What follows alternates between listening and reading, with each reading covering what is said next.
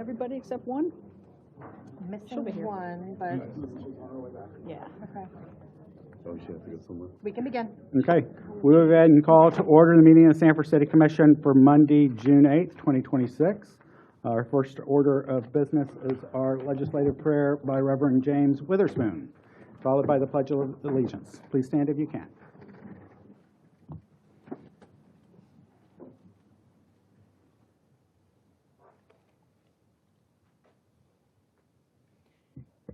Good evening, Mayor, Commissioners, City staff, and members of our Sanford community. My name is Reverend James Witherspoon of the Universal Life Church, and I am honored to offer this evening's invocation. Traditionally, an invocation is directed toward a higher power and accompanied by bowed heads. Tonight, I invite you to keep your heads held high, because my message is directed to the people gathered here and the community we share. As we begin this meeting, I ask each person in this room to take a moment to reflect on the tremendous responsibility and opportunity we share as members of a community. A city is more than streets, buildings, budgets, and ordinances. A city is people. It is families, neighbors, co-workers, friends, and even strangers whose lives intersect every day. June is a month of remembrance, reflection, and celebration.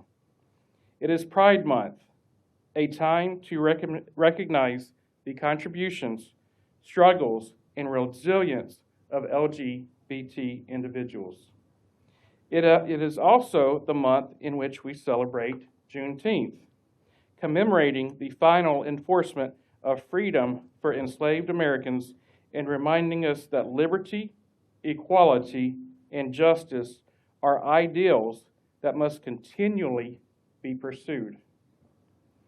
These observances remind us of something larger than any one group. They remind us of the human experience itself. Many of us know what it feels like to be different. Perhaps we were judged because of the color of our skin, our religion, our disability, our background, our appearance, our weight, our interest, our economic circumstances, or simply because we did not fit someone else's expectations. Perhaps we were the geek, the nerd, the athlete who didn't make the team, the student who was bullied, the person with special needs, or the individual who felt unseen, unheard, or unaccepted. At its heart, pride is not merely a celebration.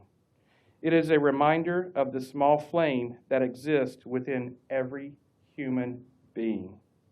The desire to be loved, accepted, respected, and valued for who we are. Whether or not we agree on every issue, every belief, or every way of life, we can agree that every person deserves dignity. We can agree that kindness is stronger than cruelty, understanding is stronger than prejudice, and compassion is stronger than fear. There are thousands of religions and belief systems throughout the world, yet one message appears again and again across cultures and generations. Love one another. Even the Bible teaches us to love thy neighbor as thyself. So tonight, I ask all of us, not merely residents of a city, but as members of one human family, to open our hearts a little wider, listen a little more closely, and extend grace a little more freely.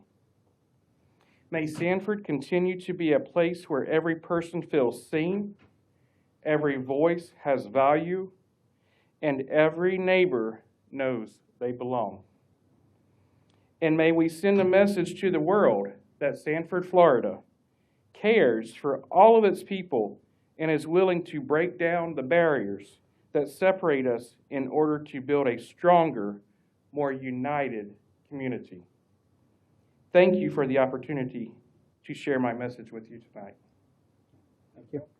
I pledge allegiance to the flag of the United States of America and to the republic for which it stands, one nation, under God, indivisible, with liberty and justice for all. Thank you, James. Thank you, Reverend. Don't go too far, though. Okay, our city clerk is away at a conference tonight, or this week. So we are being watched out for by Shauna Posey, our deputy clerk. I have two proclamations, and we will start with Pride Month. So if Reverend Witherspoon would come on back up, and Mike Foster, and whoever else y'all have. That's Al.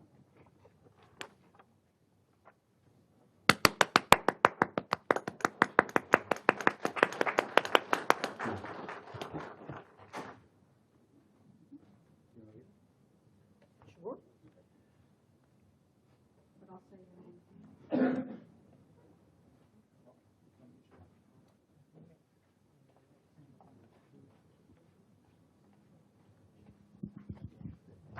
Thank you for the honor, Mayor.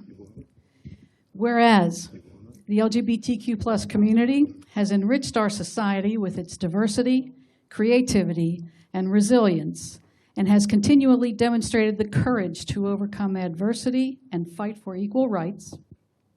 And whereas the month of June is internationally recognized as Pride Month, a time to honor the legacy of trailblazers such as those who stood together during the Stonewall riots of 1969, whose courage ignited the modern fight for justice, freedom, and dignity. And whereas the celebration of Pride Month serves as a reminder that every individual deserves respect, dignity, and opportunity to thrive, and that the city of Sanford values diversity, inclusion, and equal opportunity. And whereas our community benefits from the profound contributions of LGBTQ+ individuals in areas ranging from culture and politics to science and the arts. And it is our shared responsibility to nurture and embrace the diversity that defines us.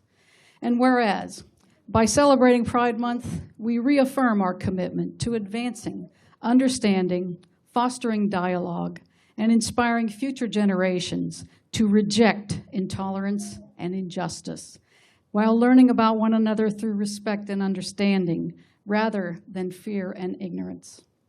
Now, therefore, I, Art Woodruff, by virtue of the authority vested in me as mayor of the city of Sanford, do hereby officially proclaim June 2026 as Pride Month in the city of Sanford, and urge all citizens to join in the celebration of diversity and to stand together in support of the ongoing quest for equality in human dignity.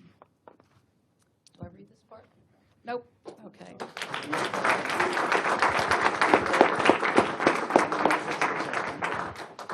Thank you. All right, if you guys want to bunch together for me, be the bunches.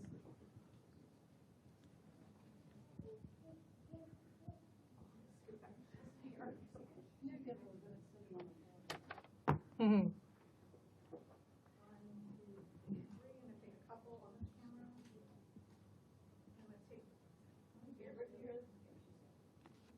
Mayor Britton, roll. All right, 1, 2, 3. All right. That was Freudian, wasn't it? Did you have anything else you wanted to say? Okay. Thank you, Jordan.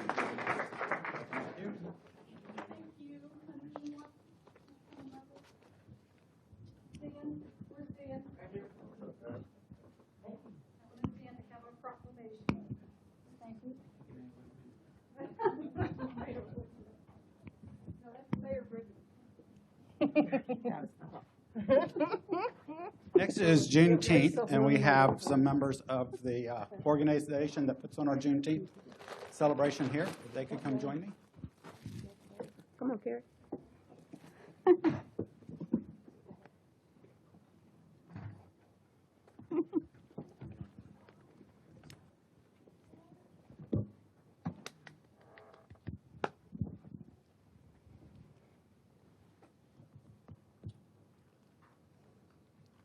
Whereas the Emancipation Proclamation was issued January 1, 1863 by President Abraham Lincoln, declaring free all enslaved persons in states then in rebellion, and it was enforced as the Union armies established control of each state of the Confederacy.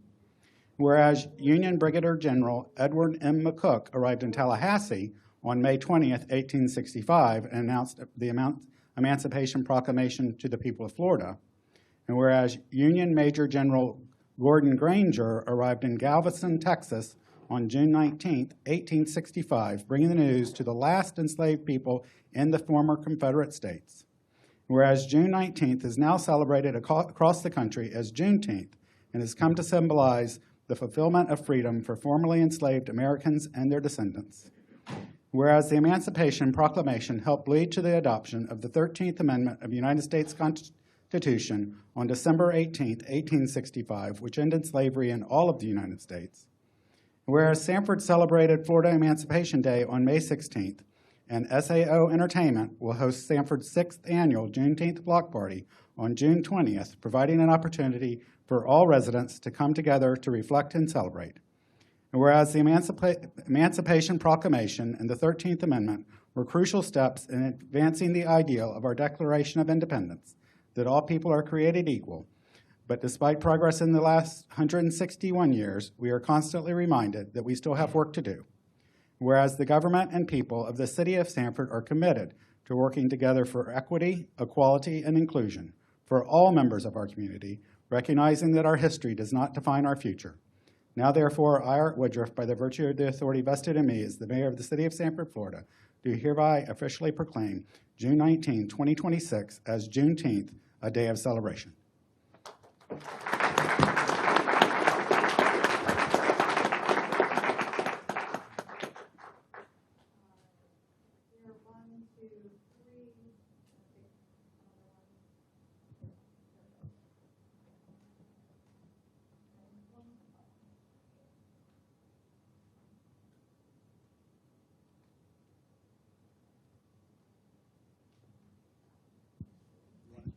Say something about the event? Good evening, everyone. First of all, let me invite you out. Juneteenth is actually for everyone. It is not just, although we do celebrate it, and of course we know we celebrate the end of slavery. However, Juneteenth that we host here in the city of Sanford is for everyone. So that is an invitation to you all. And I'm good with faces, so make sure you're there. But we are happy to announce that this is our 6th annual Juneteenth, and from the very beginning, we've had the backing of some amazing commissioners and as well as the mayor of Sanford. And so we are pleased to be able to present this every year to the city. You all have been so welcoming. It's been inclusive. We just have a great time. And while we're celebrating something that's important, not just to the Black community, but to just everyone, should I say, not just, again, to the Black community, but everybody across the nation. So, again, we invite you, SAO, invites you to the 6th annual Juneteenth Block Party, June 20th, 5 to 10. Meet us at the Civic Center. Okay? We'll be That's there. a yes? Yes, we'll be there.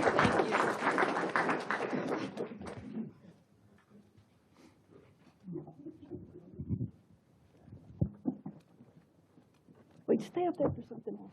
Wait.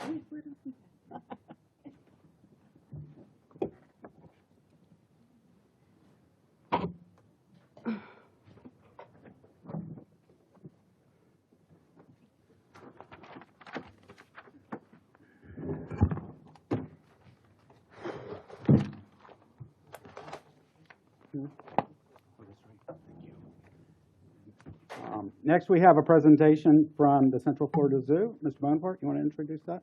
Yes, Mr. Mayor, members of the City Commission, we're glad to have Mr. Richard Glover here, the CEO of the, I would say, Sanford Zoo, but it's called the Central Florida Zoo. Mr. Grover. We have been the Sanford Zoo before. Thank y'all very much for inviting me to come and give y'all a little bit of an update about the zoo today. Some of my updates are going to be really, really recent. One of them, y'all have probably seen on social media or the news, but we had a bomb threat yesterday. Yeah. That is happening to zoos across the country. It's become a little bit of an epidemic. So we had actually prepared, and we had been doing a lot of work with our team to make sure they were ready in case it happened, because we expected it very well might. So we were fortunate when it came, because the call came saying that they had planted bombs throughout the zoo and mines at about 3:13 yesterday, and we closed at 3 o'clock. So we had a handful of visitors still in the park that we needed to get ushered out.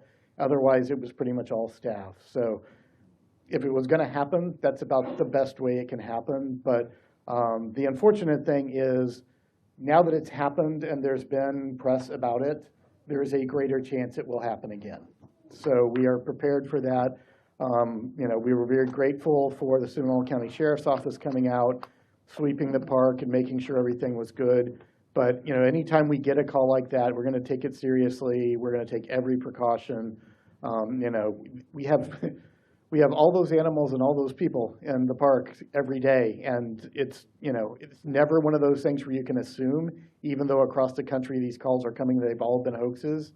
We can never assume that's going to be a hoax. So, but on a happier note, today we announced something new that you may or may not have seen, but we just got 2 orphan cougar cubs from South Dakota that have joined the zoo.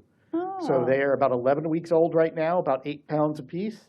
They are in quarantine right now and will be back in quarantine for a while. They're going to need to grow a little bit bigger before we can put them out on exhibit, but they should be on exhibit sometime this summer. So we're excited to have those new additions to the zoo for sure. But the thing most everyone wants to hear all the time right now is about the sloths.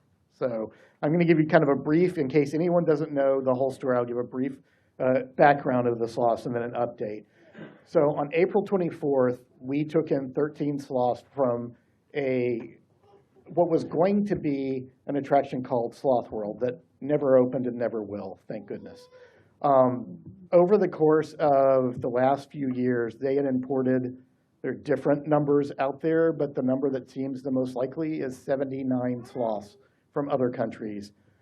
We have the 13 that we got, we believe are the last ones still alive. It's been an awful process where a lot of animals have died needlessly in order to make this attraction viable. But they had the wrong advice. They were feeding them the wrong food. They were literally poisoning them with the food they were feeding them. And so when we got them, they were in very, very poor shape. And we didn't know, we honestly didn't know. When we made the decision to take them, we got a call from their owner saying, would you take these animals? And the decision when we had to make it was, look guys, we might lose every one of these animals. So if we take them in, everyone has to be emotionally prepared. We may lose them all. Everyone agreed. We wanted these animals to have another chance. We wanted to give them an opportunity to maybe have the life they should have, or at least part of it. I mean, they should have never been taken out of the jungles they came from. But anyway, we decided to bring them in. We went and picked them up on April 24th. Over the course of the first 3 weeks, we lost 4 of them, and they were the 4 that when they came in we knew were the most critical, including one that was somewhere around 6 months old. That one stayed in our hospital around the clock and had care almost around the clock for that 3 weeks. So we were all a little extra attached to that one. It was rough losing those, but also we don't get time to grieve when you do what we do. You just keep going because there's 9 more that need your help, and then there's somewhere around 400 other animals across our campus that need medical care and feeding and all those things all the time. So we've just kept moving on. We are now in, I don't know, we're 42, 43, somewhere like that as far as days. The 9 that we have left have stayed somewhat stable throughout that time period, but they are all underweight. Their body conditions aren't good, and some of them still have diarrhea because it takes them 30 days or more to digest anything that goes in their body. So they are just starting to digest the things we started giving them when they got the correct diet. And a change in diet can cause stress. These animals don't handle stress well. So we've seen a few that were doing well have a little bit of a setback and then start to improve again. So we think over the course of the next 2 or 3 weeks, once they've settled on the current diet, that we'll be able to feel more confident about their survival. But right now, we feel like we've got 3 that have shown the signs. We feel pretty confident about them. We have 6 more that could still go either way. But these are very delicate animals. So my team has been amazing. I mean, they have put in so much time and so much. We have certain people that all they do is work on the sauce because they've been in a medical quarantine in case they had any kind of communicable diseases for the first 30 plus days they were here. So because of that, those people could not work with any other animals. So that means that the jobs they normally do, other people have had to pinch hit and help and add to their own plates. So we've got a lot of people across our campus that have done all kinds of extra work beyond normal. And not once in this entire time have we heard a single complaint from anyone. Everyone is just happy to give these animals a chance. And they've been overwhelmed by the community support and the support literally across the globe for these animals. We've been tracking, our marketing team has been tracking the hits and the impressions on the stories that have come out that have had just our part about Sloth World, not Sloth World as a whole. And the impressions for that worldwide are over 2 billion impressions at this point. We don't have a day where we don't get lots of messages from people wanting to know, how are the sloths? You know, are they okay? You know, where are they going to go? Are they going to stay with you? All those kinds of things. And we're trying to update as much as we can as we have information. We're starting to slow that. We were doing it every day, but there's really not news every day at this point that's significant. So when we have news, we will share it. But we're excited that, you know, in the next few months, hopefully some of those will be out on exhibit at our zoo, and some others will go and be part of a breeding population other places across the country.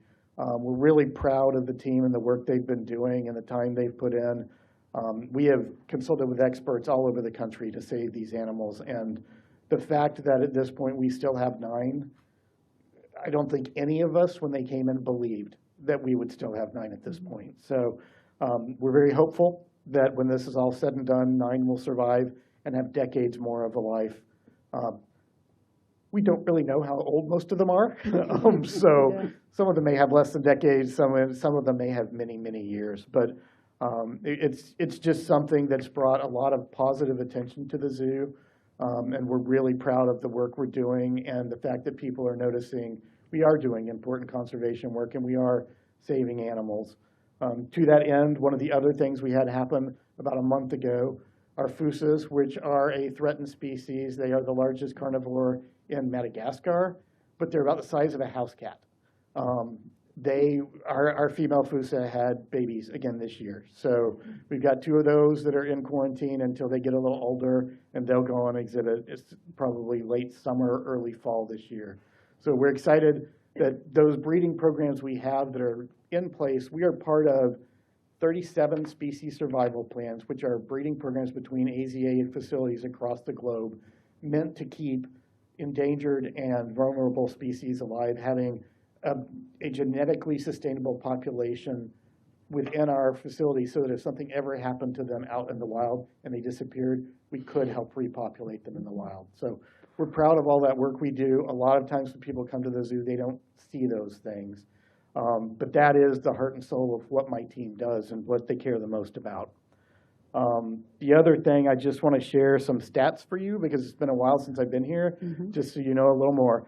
So the zoo has seen, every year since COVID, we have seen more than 400,000 visitors to the zoo. Out of those visitors, 38% of them come from 100 miles or more away.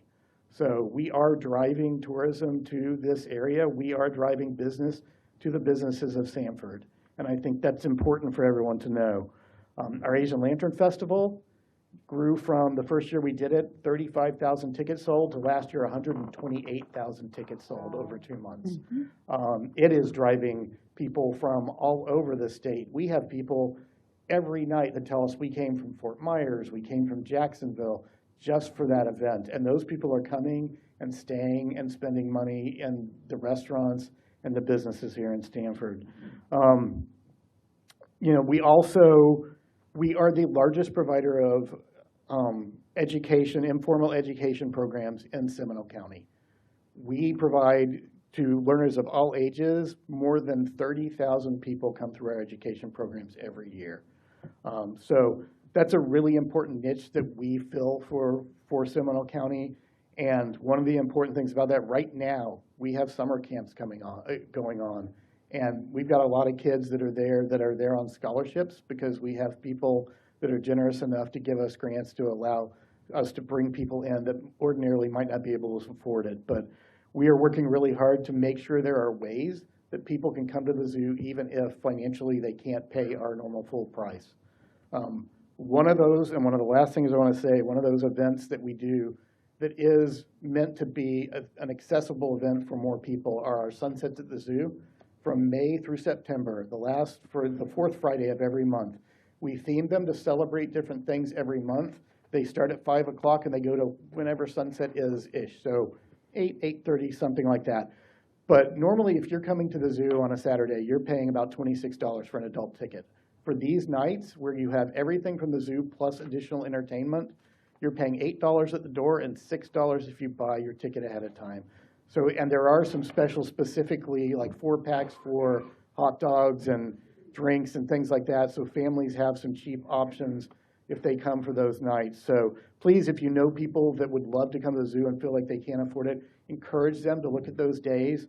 And I'm excited to say, especially because of the proclamation we just had, the one we're having on Friday, June 25th, is our Pride Sunset, which annually has been our highest attended sunset every year. So that's all I had to share with you. I'm happy to answer any questions you have if you have any. Anyone have any questions? Richard, I'm just so grateful that you were able to come and speak, because we wanted to give you the forum to share with everybody here and out there in the TV world what's been going on at the zoo, not just with the sloths, but with everything, because I think a lot of people don't appreciate what you've been saying about what the zoo does, and the fact that it's an AZA, it's an accredited zoo. You have the breeding program, so it's not just there for fun. You're doing important things there in many respects, and I think everybody should know that. And for those who are catching up now or haven't heard this from me already, centralfloridazoo.org, if you go to that website, right there on that front page is information about the sloths, and more importantly, how you can donate to help the zoo continue to do what they do, because it's like Richard was saying, there are people working there who nobody even thinks about, who are doing more than their normal jobs to make up for the folks that are in quarantine taking care of the sloths. So we've done what we can here as the city, and we will continue to promote this as much as we can individually, as a commission, to share the fact that the zoo is a gem in the city of Sanford, and we are truly grateful for what you all do there. Thank you very much. So thank you for coming. Mr. Glover, as a former board member, I don't know as if a lot of people know about the special facility out in Lake County. Can you explain that real briefly? Yes, so we do. Just so people know the extent of the work you all do to help the animals of our world. Of course. So we have out in Eustis, we have what is called the Orion Center for Indigo Conservation. And it is strictly a conservation campus. That's all that happens there. We don't do tours there, occasionally private tours, but we don't normally do tours there. It's not open to the public. What we do is we breed and we raise, and eventually we release eastern indigo snakes and striped nudes. Eastern indigo snakes are the longest snake native to North America. Their main diet is other venomous snakes, so they keep those populations under control. So even if you don't like snakes, these snakes you should like. I love snakes. But we are the first institution that was able to actually successfully breed indigo snakes in captivity.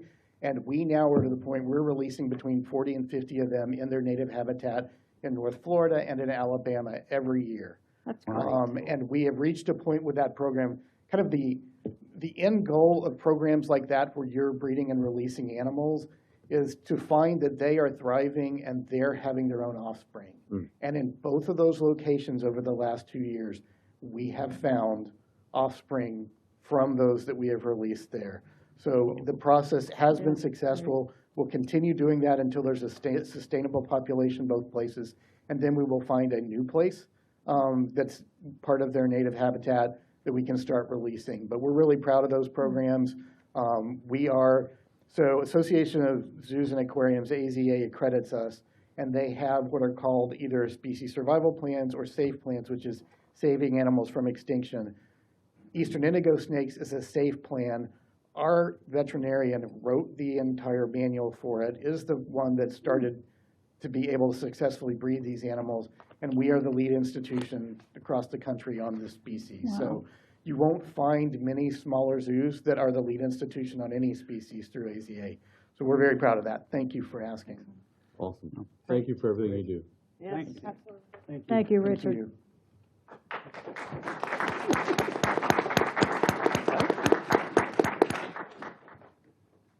Mr. Mayor, before you go on, I'd like to make a couple presentations. Okay. Sharon?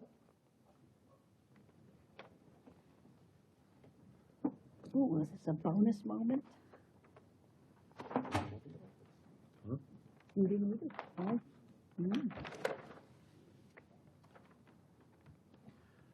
Mayor and Commissioners, a couple of weeks ago, the city provided its service awards, and 2 individuals were not able to receive their awards, and we'd like to present them today. The first one, for serving 15 years of service to the city of Sanford, is Commissioner Britton. If you come and get your award.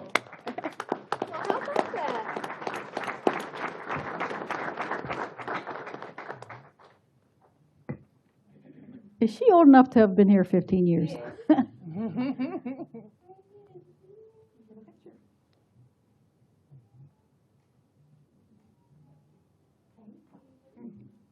you, Commissioner. The Congratulations. second award goes to someone that is celebrating 20 years of service. And so we're very pleased to present to Mayor Art Woodruff his 20-year certificate and pin. Oh. I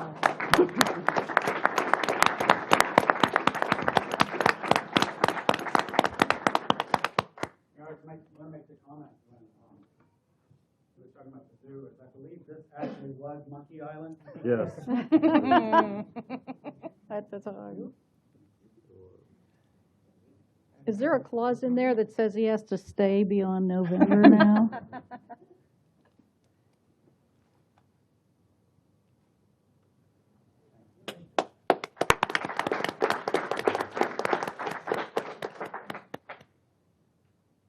Cool. 20 years young. That's why you wore your favorite tie. We can find that later. So that brings us to minutes of the May 11, 2026 regular meeting and work session. There's one correction, Mayor. Okay? On the work session, page 2, down on paragraph 3 and 4, the names are mixed up. Where it says Commissioner Thomas expressed concern, Commissioner Britton expressed concern regarding future expansion. That was actually Commissioner Thomas. Commissioner Britton stated that she had attended public relations meetings and so on and so forth. That says Commissioner Thomas. It needs to say Commissioner Britton. Good My catch. apologies. Mhm. They will be corrected All right. before meeting. All right. So do we have a motion with the correction? Move to approve with corrections? Second? All in favor? Aye. Any opposed? Passed unanimously. Actually, before I get to that, because I know some people have a tendency to not stay for the entire meeting, I would like to point out that in the back of the room is the Seminole 250 event guide, which has all of the events that are happening in Seminole County this year regarding America's 250th anniversary. And I believe there are some challenge coins back there too, so check those out as you leave. Not trying to get you to leave early. Please stay for the entire meeting, but I know sometimes people leave a little earlier. Regarding speaking before the City Commission, to facilitate public input, if you plan to speak on an item, we would appreciate if you would complete the yellow citizens input form if you did not send in a request by email. And the public will be given an opportunity to speak on any item before the City Commission during a regular meeting. Before the consent agenda, I'll check to make sure if anyone has an item on the consent agenda they would like to speak on during public hearings. Before any motion is made, the public will have an opportunity to speak. During regular items, if you have not filled out the yellow form, if we get to that item, if you would raise your hand and you'll be recognized. There is a 3-minute time limit for each speaker on each item, except a person representing an organization presenting its views in a quasi-judicial hearing will be allowed 5 minutes. Citizens' participation is after public hearings, and individuals may address the commission on any topic not on the agenda. There is a 5-minute time limit for citizen comments. So is there anyone in the audience that wishes to speak on any of the consent agenda items? Seeing no one, I'll bring that to the commission. Move to approve. Second. Motion and second. All in favor? Aye. Aye. Any opposed? Passed unanimously. Brings us to second reading of ordinance 4853. Ordinance 4853, an ordinance of the City of Sanford, Florida, providing for the rezoning of real property totaling 3.61 acres in size within the city limits from AG agricultural to GC2 general commercial, providing for the taking of implementing administrative actions, providing for the adoption of a map by reference, repealing all conflicting ordinances, providing for severability, providing for non-codification, and providing for an effective date. Mr. Mayor, members of the City Commission, on May 11th of 2026, the Sanford City Commission approved the request on first reading based on the Planning and Zoning Commission's recommendation to rezone 3.61 acres at the project address of 451 Martin Luther King Jr. Boulevard from agriculture to commercial based on consistency with the city's comprehensive plan. Therefore, staff recommends City Commission adopt ordinance number 4853 on second reading. Okay. In order to conserve time, I'll read the statement once this evening. This applies to this ordinance, to item B, the Queens Crossing development, to 650 Martin Luther King Boulevard, and to 1500 West 10th Street. These are all quasi-judicial hearings. And when an item involves a quasi-judicial process, commissioners must disclose all ex parte communications, including the name of the communicator and the time and place and substance of the communication. Written communications, commissioners' investigations, site visits, and receipt of expert opinions must also be disclosed and made a part of the record. Persons who have opinions contrary to those expressed in an ex parte communication may refute or respond to the communication at the hearing when they make their presentation. In a quasi-judicial process, parties to the proceedings are generally the city and the applicant. Others who have a legal standing to appeal the decision can also request to be recognized as a party. Parties are subject to cross-examination and must give their testimony under oath. Persons do not have to be a party to the proceeding to be recognized and provide comments. Members of the public who wish to make comments are not subject to cross-examination and, sorry, the endpoint virus screen keeps popping up. Members of the public who wish to make comments are not subject to cross-examination and are not sworn in as evidentiary witnesses. Comments of the public that provide facts relevant to the application can be considered in the or will be considered in the decision. Qualifications of the city staff are part of the agenda materials. All testimony and evidence provided to the City Commission must be competent, material, and substantial under Florida law. A guide to quasi-judicial hearings has been published on the city's website, and copies are available at the table at the back of the chambers. So if you are a party to this item, 451 Martin Luther King, Queens Crossing, 650 Martin Luther King Boulevard, or 1500 West 10th Street, and are planning to give testimony, if you would please rise.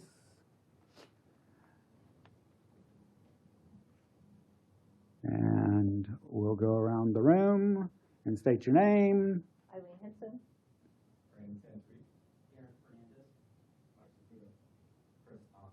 And if you raise your right hand, do you swear or affirm that the testimony that you're about to give in the matters now at hearing will be the truth, the whole truth, and nothing but the truth so help you God? Okay, thank you. And does anyone have anything to declare on 451 Martin Luther King Boulevard? Nothing new to disclose. Okay. All right. Ms. Henson. As this is second reading, I do not have anything on this one or the one that follows, unless you have any questions, but I figure I have the next 7 items, so I will just Stay put. All right. Does the applicant wish to speak on this item? Does anyone from the audience wish to speak to this item? And then we'll close the public hearing, bring the commission for action. Move to approve. Second. Motion and second. Any further discussion? All in favor? Aye. Aye. Any opposed? Passes unanimously. Okay, ordinance 4854. An ordinance of the City of Sanford, Florida to amend the Queens Crossing Plan Development, a real property site totaling 17.24 acres in size, which is generally addressed as 4057 and 4064 Zanzibar Way within the city limits, to add vehicular accessory sales and installation with ancillary vehicular repair as a permitted use, providing for the taking of implementing administrative actions, providing for the adoption of a map by reference, repealing all conflicting ordinances, providing for severability, providing for non-codification, and providing for an effective date. Mr. Mayor, members of the City Commission, on April 2nd of 2026, in the recommendation upon the city staff, the city's Planning and Zoning Committee unanimously recommended that the City Commission adopt ordinance amending the master plan and allow right-of-way use for automobile cleaning establishments, vehicle rental office, vehicle accessory sales and installation with accessory vehicle repair at the project address of 4057 and 4064 Zanzibar Way, subject to the development order that incorporates the conditions listed in the staff report. Okay, this is quasi judicial. Does anyone have anything to declare? Nothing further to declare. Right, I have nothing since our last meeting. Since anything? Does the applicant wish to speak? Okay, we are good on all the conditions. Yeah, we added the additional one from the drive-through restaurant.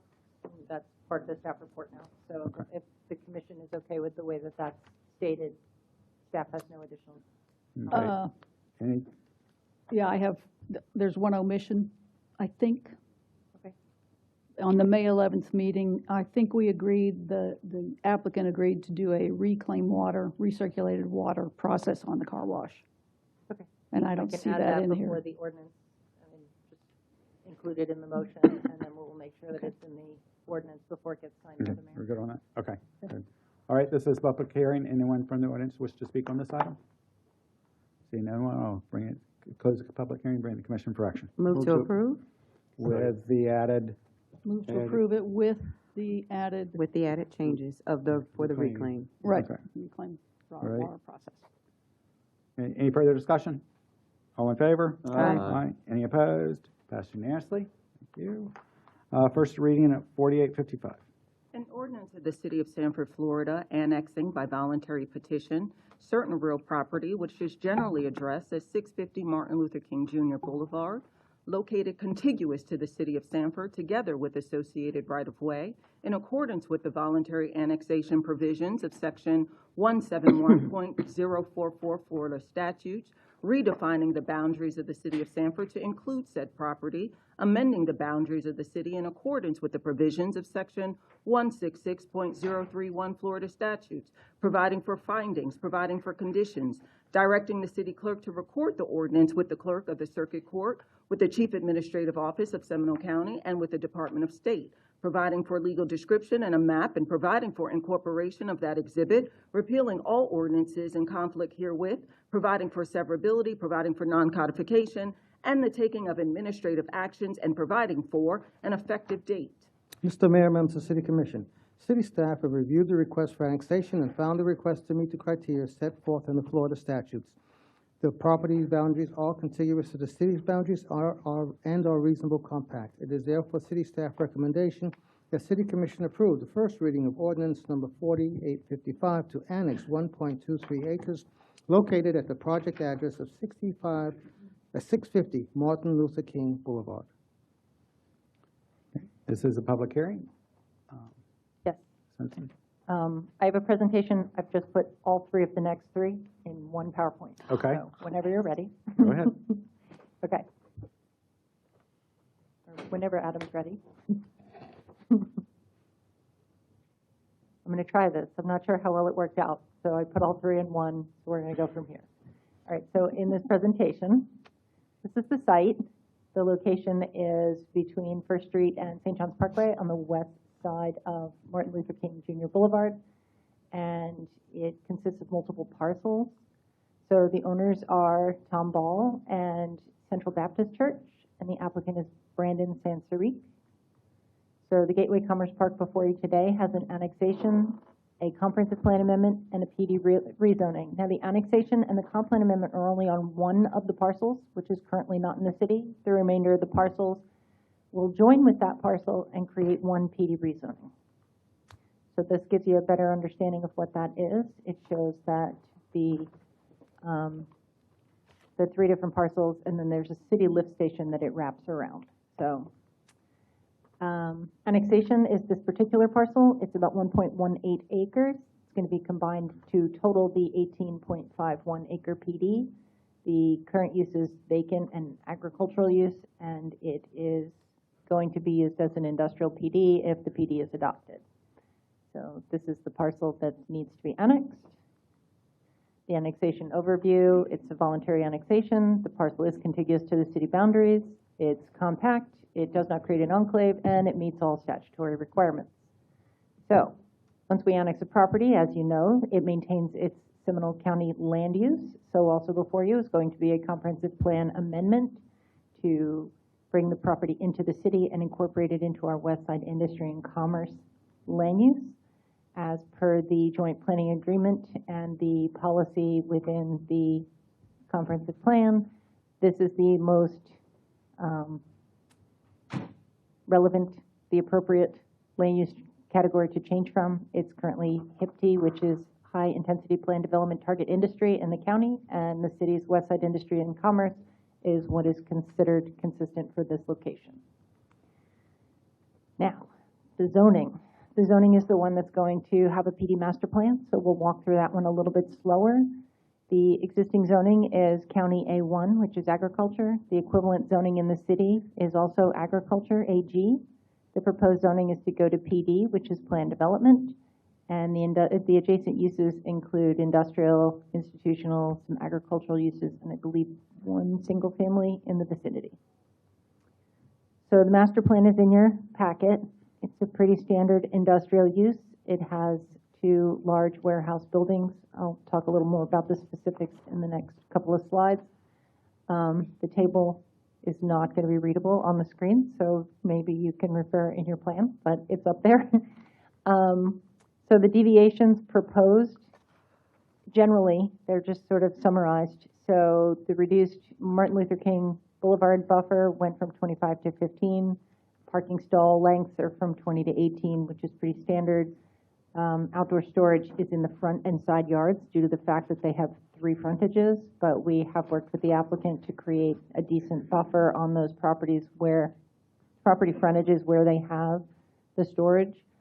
The 5th Street has a reduced setback as well, and then there's internal parcel line landscape deviation, which we'll talk about a little bit later in the staff report. The compatibility measures are on the screen if you want to see them. Plan specifics, like I said, it's 2 large warehouse buildings. They have 3 front yards. We've worked with them to try and get some of the standard elements that we would, and the applicant has worked with us on these plan elements. This is the landscaping buffering, and it shows the outdoor storage area that's going to be screened by the 7-foot non-perforated solid fence.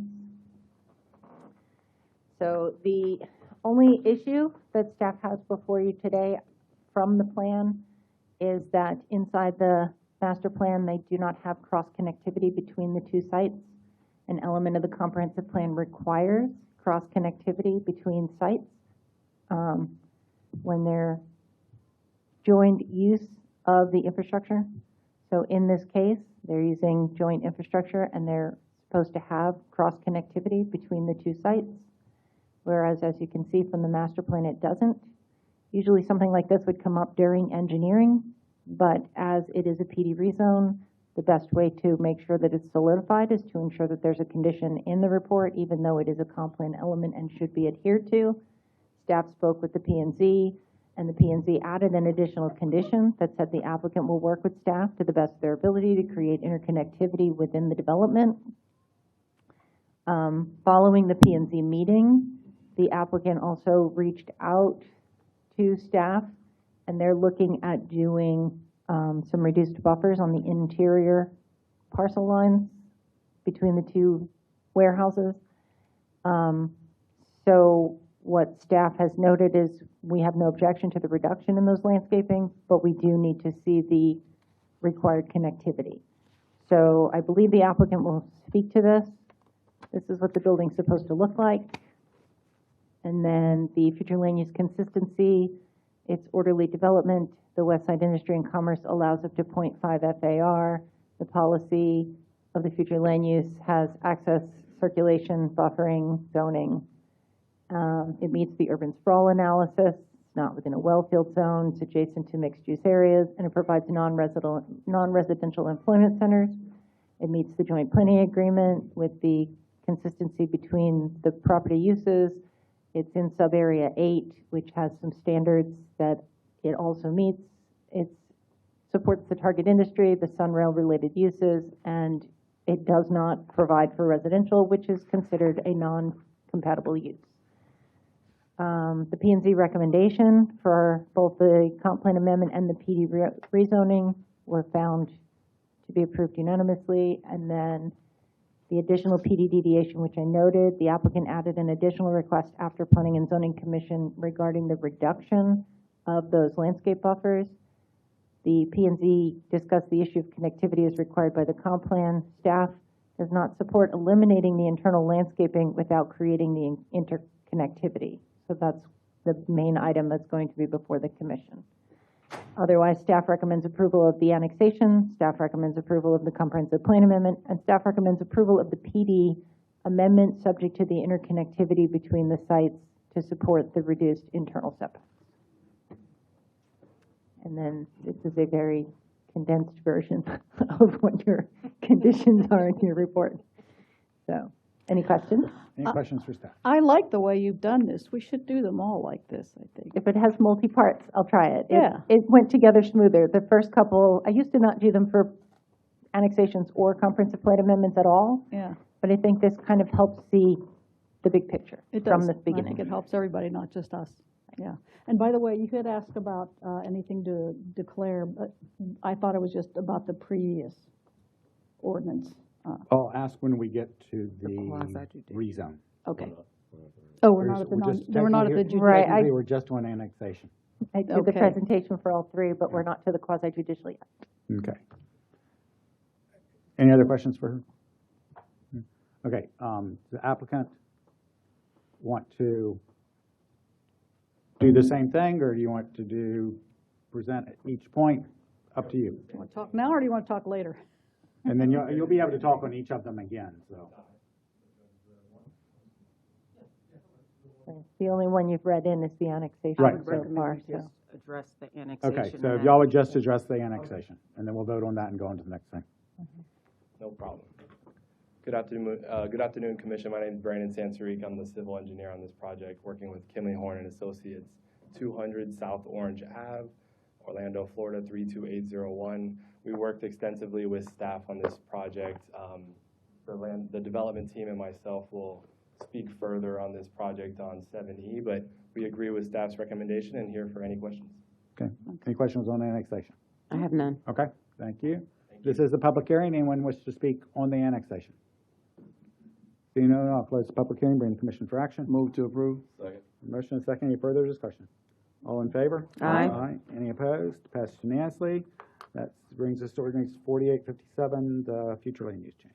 An ordinance of the City of Sanford, Florida, amending the City of Sanford Comprehensive Plan as previously amended, providing for amendment of the future land use element of the City of Sanford Comprehensive Plan relative to certain real property of approximately 1.23 acres from high-intensity plan development, target industry, to West Side Industry and Commerce, and assign identification parcel number 271930300-002A, 0000, which is generally addressed as 650 Martin Luther King Jr. Boulevard within the city limits, said property being more specifically described in the ordinance, providing for legislative findings and intent, providing for assignment of the land use designation for the property, providing for the adoption of maps by reference, providing for severability, providing for ratification of prior acts of the city, providing for conflicts, providing for codification and directions to the code codifier, and providing for the implementation of the statutory expedited state review process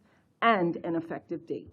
Mr. Mayor, members of the City Commission, on May 7th of 2026, the city's Planning and Zoning Commission voted unanimously to recommend the City Commission approve a small-scale comprehensive plan amendment to amend the future land use from high-intensity plan development target industry to the West Side Industry. Therefore, it is staff's recommendation the City Commission approve ordinance number 4857. Okay, so you've already done yours. So do you have something on the future land use? Brandon Sansarik, here to address any questions if you have them. Okay. Any questions on the future land use? I have none. This is a public hearing. Anyone in the audience wish to speak on this item? See no one, I'll close the public hearing, bring it to commission for action. Move to approve. Second. No motion and second. Any further discussion? All in favor? Aye. Any opposed? Passed unanimously. And then to ordinance 4858. An ordinance of the City of Sanford, Florida, providing for the PD rezoning of a parcel of real property totaling approximately 18.51 acres in size, located at 650 Martin Luther King Jr. Boulevard, and assigned tax parcel identification numbers 2619305AE 3500 271930303003B 000 and 27193030002A 0000 by the Seminole County Property Appraiser, which property is located within the Sanford city limits, is established the 5th Street and Gateway Commerce Park PD, providing for findings and intent, providing for the taking of implementing administrative actions, providing for the adoption of a map by reference, providing for conflicts, providing for severability, providing for non-codification and the correction of Scrivener's errors, and providing for an effective date and potential reversion. Mr. Mayor and members of the City Commission, on May 7th of 2026, the city's Planning and Zoning Commission voted unanimously to recommend that the City Commission adopt an ordinance to rezone 18.51 acres from residential to agriculture, and that you establish the Gateway Commerce Park Plan Development at project address 650 Martin Luther King Jr. Boulevard, subject to development orders listed in the staff report, and therefore staff recommends Commission adopt ordinance number 4858. Okay, this is quasi-judicial. If anyone has anything to declare. Yes, I had a conversation with Mr. Ball. Okay. Mr. Mayor, I had a conversation with Mr. Ball today. Anybody else? I had a conversation with Mr. Fernandez and Mr. Bull. Okay, and I had a conversation with Mr. Ball. And I had a conversation with Mr. Ball. What? You got to all of us. He's hit everyone. Okay, so we've had yours. Okay. On your way up, I have a quick question. There's a pond labeled Seminole County Pond. Is that an existing pond? No, sir. Okay. Yes, my name is Eric Fernandez, and I'm here speaking on behalf of the applicant as the developer of this project. My address is 276 Coral Way. Excuse me, can you pull the mic a little closer? 276 Coral Way, Jackson Beach, Florida, 32250. Before our civil engineer steps up and talks about the technical details of our project, I just wanted to take an opportunity to, one, thank you, Mayor Woodruff, Commissioner Thomas, Commissioner Austin, Commissioner Wiggins, and Commissioner Britton for your time, consideration, and support on this project. I think I'm here to tell you guys ultimately what this project means for the city and why it's not only important for us, but important for the city.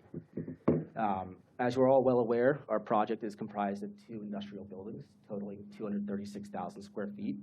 But I think more importantly, it's worth me calling out the why the site plan or design looks the way it does, and that's, I think, pretty simple. Our goal is to provide a best-in-market product that ultimately attracts not only new tenants to the market, but retains businesses and their operations in the city of Sanford. I think ultimately we're aligned in the sense that what is best for the project ultimately is best for us, is obviously the developer, but ultimately is the best outcome for the city. And what is that? It's growth in industry, growth in the economy, and lastly, employment growth. Additionally, I think it's worth highlighting a few positive impacts and stats that our project represents. This is a $43 million private investment with 0 public subsidy into the city of Sanford.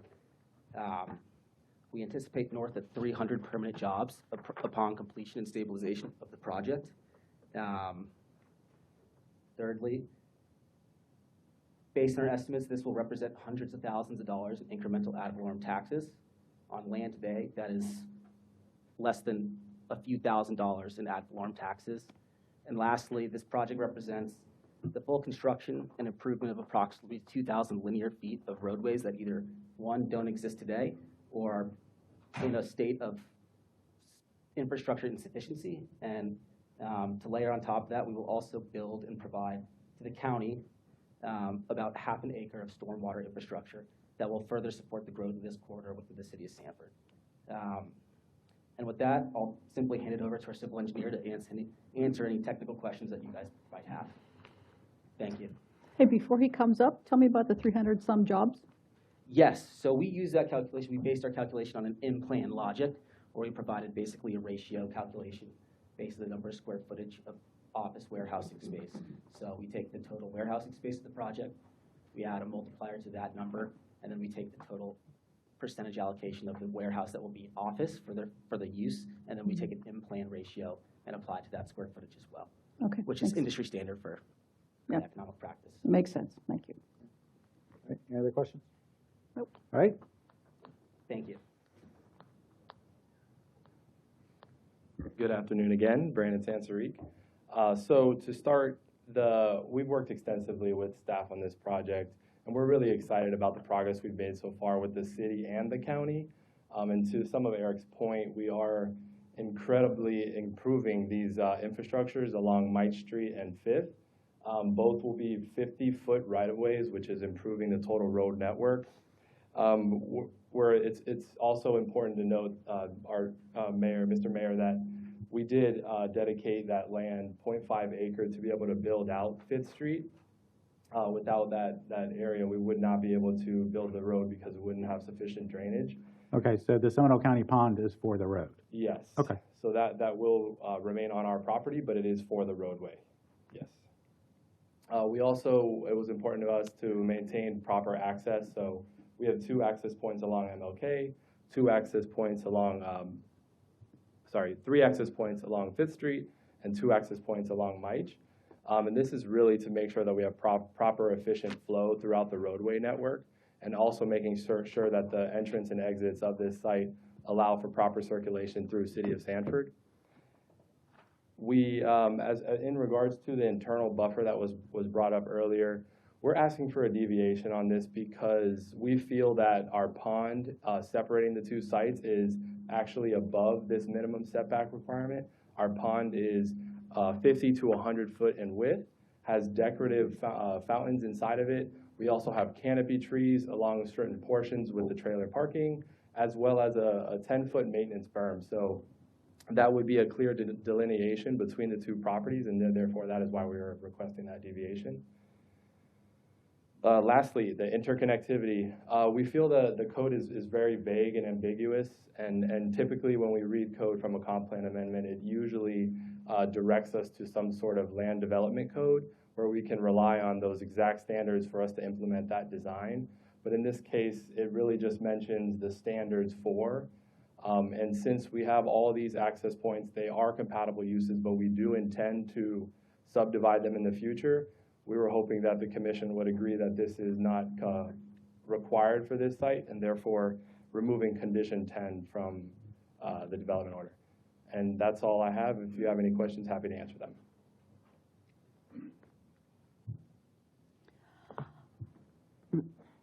Probably stay there, but question for Eileen. Explain to me more about the interconnectivity. It's not, we're not talking about a road in the middle or a clear separation between the two warehouses, are we? No, it's, okay, so the way it's worded in the Westside Industry and Commerce policy within the comprehensive plan, it says, standards for controlled access and internal circulation, including cross-access easements and joint use of driveways.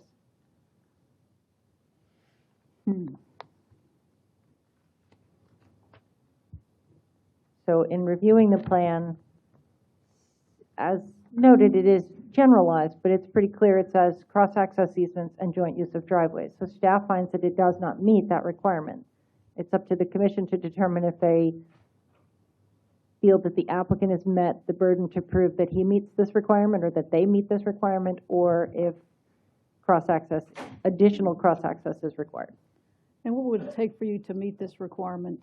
Yeah, so we really were struggling with the drainage, especially in the improvements that were required to do for Fifth Street. So it was really imperative to create that road network for the city of Sanford. So we made it very important for that 0.5 acre pond, and so essentially that made the site extremely tight on drainage, and therefore that interconnectivity it essentially could kill this project.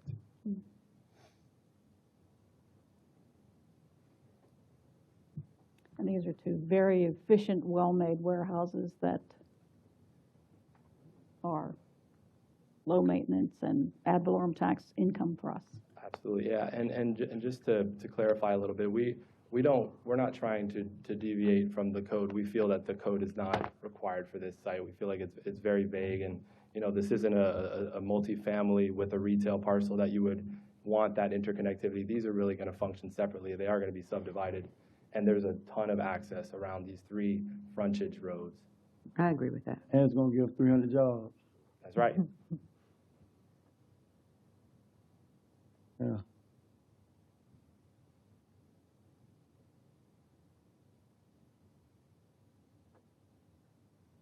Okay, but my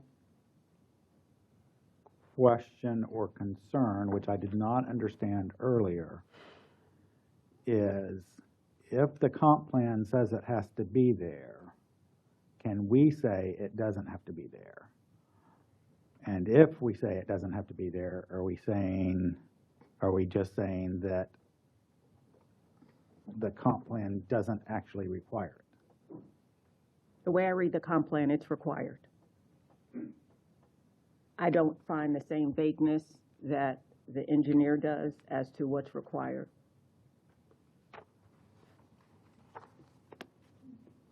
Yeah, we were hoping to see something more along the lines of the types of uses or some more detail when we look at a land development code reference, and even the mention of 1.17, it still doesn't talk about industrial to industrial. This is a broad form comp plan, and typically that gets more refined inside the land development code.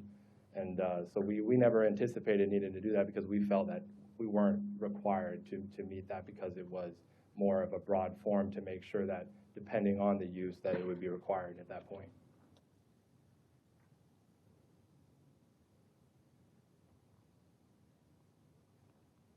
I guess it depends on our interpretation of vague or not vague. We make everybody else follow the code.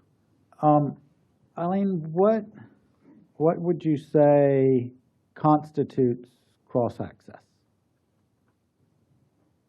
Connectivity between the 2 sites without having to enter a public roadway.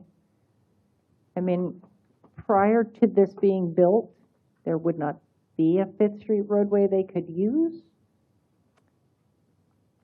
I mean, it's a public right-of-way, but they are improving access between the 2 sites by building Fifth Street. But that's as far as I could possibly say, that's how they've created cross-connectivity, because they're now not just going on to Martin Luther, and they're not just going on to Maish. They've got connectivity between the two sites without having to go on the two the north-south roads. But that's not what this says. It does say cross-access easements and joint-use driveways. So staff had to find that they don't need it. If the commission, Because they're not joint-use driveways. And, I mean, that one, they're definitely not joint-use driveways.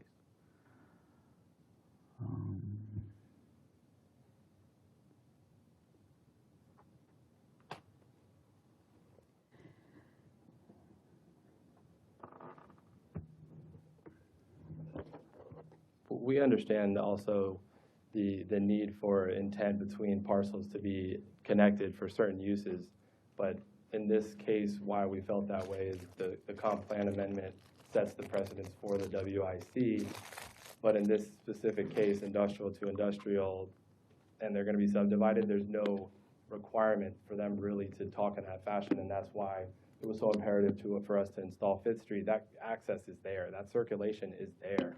It's just a matter of internal versus 500 feet away. Yeah, with the improvements they're doing to Fifth Street, which is long overdue, they're making it usable for once. Right. The interconnectivity is there, clearly. Right. And if both parcels were to be sold to different people, they might not want that interconnectivity. And so we're by putting these hindrances on these projects, we are being our own worst enemy on future use and future filling of those properties.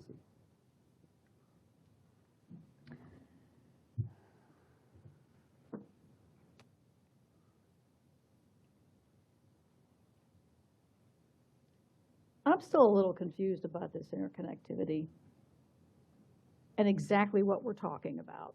Well, there's no examples. That's the problem with some of our codes. There's no examples. There's Right. just some vague wording. Cross-access easements and interconnectivity would be the ability to drive from this site to that site without going on the road. This So a site to that drive site. lane You mean or- the two warehouses on The two this, warehouses. A road in the middle of the site. Right. right in the That's middle what of Well, it could be like you see on the very bottom where there's parking on the right and parking on the left, and it kind of drives off. If they connected those two, that would be cross-access. Is there not room to Yeah. put a drive? And I want to be clear, we of course would love to accommodate this. That area is the discharge location for drainage. So essentially having a road there is impossible. We need to maintain that positive outflow. So we've tried. Explain to me, where is that going to outflow to? So that middle pond drains south into an existing swale that runs parallel to the site and then eventually crosses over MLK Boulevard. So that pond stores the water and then overflows into that swale at the bottom. So water would flow, once this is full, it flows Yep. out and this way? Correct, that is correct.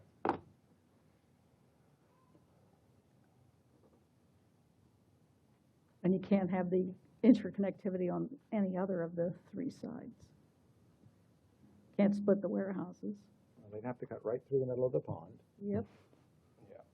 or at the top of the pond where there's even less space.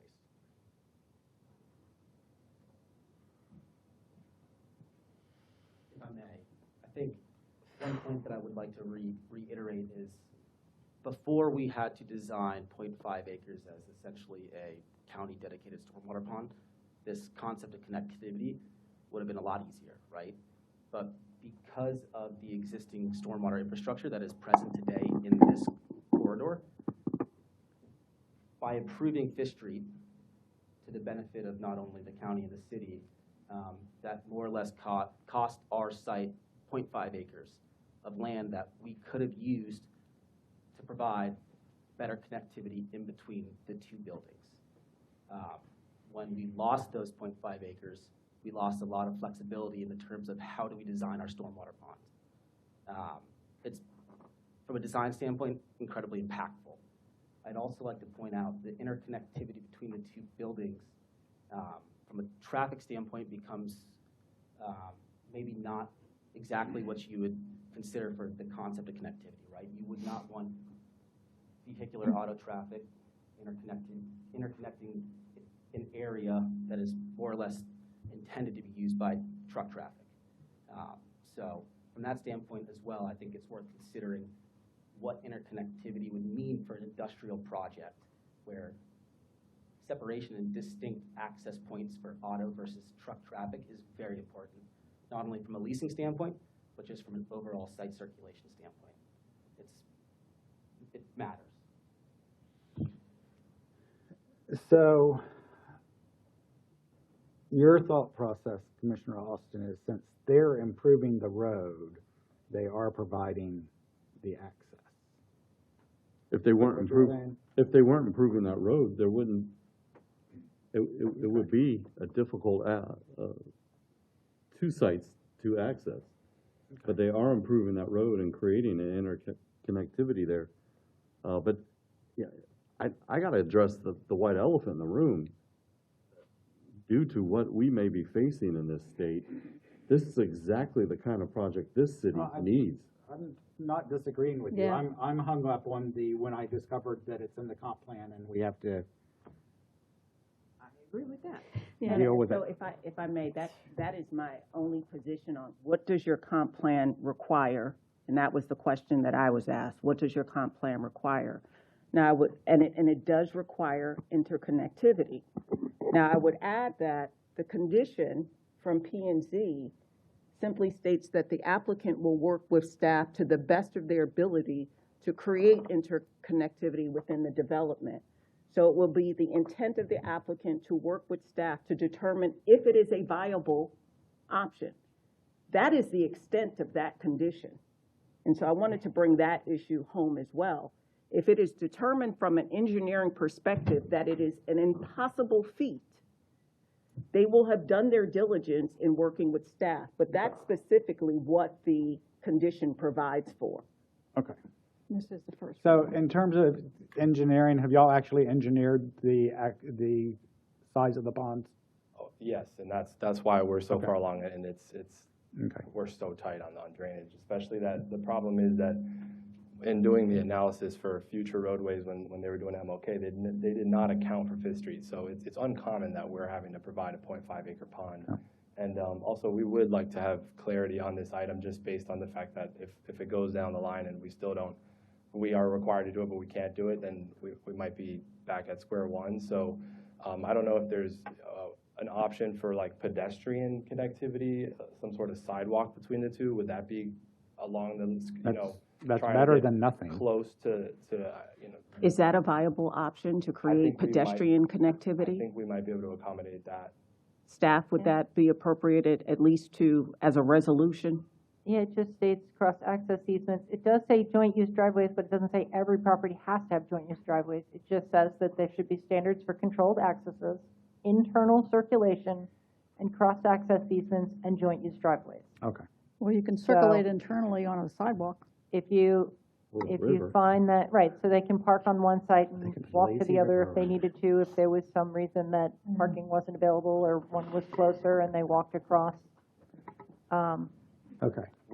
Is that a viable option? With that understanding of staff, we're willing to accept that condition, that we will work with staff. And it will be very clear in the ordinance as to what those parameters are, so that as you get through the process, there's no confusion. Thank you. Okay. Yes, I think Can we that would put work. this item on our list of things to review in the comp plan? Yes. Yes, To- please. To clarify it. Because we do not want to violate our comp plan and make an exception where we're trying to be I don't consistent. feel like we're violating it. No, and I think we're not because of this, so I think we're let's good. get that Okay. clearly Any documented. other questions for the applicant? Take that Okay. sidewalk and make it happen. All right, thank you so much, Commission. This is a public hearing. Anyone from the audience wish to speak on this item? Seeing no one, I'll close the public hearing, bring the commission for action. Move to approve. Which said What's that, sidewalk being added? interconnectivity. Cross-connectivity. Yes. Cross connectivity via a sidewalk. Wait, now you said via a sidewalk, but that technically is not what what I heard them say is they're gonna work with staff. We haven't technically said what it was. Yeah, I think at this moment, the fact that staff is willing to work with us, we're okay with that condition. There you go. Yes. said- The legislative yeah. amendment is the conditions as is. Correct. Thank you, Commissioner Britton. Yes, thank you, Commissioner. That leaves it like up to interpretation. Okay, whatever. So what is, the final is a sidewalk? Is that what we're saying? Yes. The No, final is. Staff is saying a sidewalk can, Interconnectivity by way of a sidewalk. And they will work with you on that and make sure it's feasible. Right, that's the only part that we just need to engineer and make sure that it does work, and that's Yeah. why I can't 100% say that, but the condition as it reads, that we will work with staff is, we're 100% accepting of that. Okay. I'd just like to know exactly what it is I'm approving. That's why I Understood. ask these questions. I don't just say approve, just. Appreciate that. You know,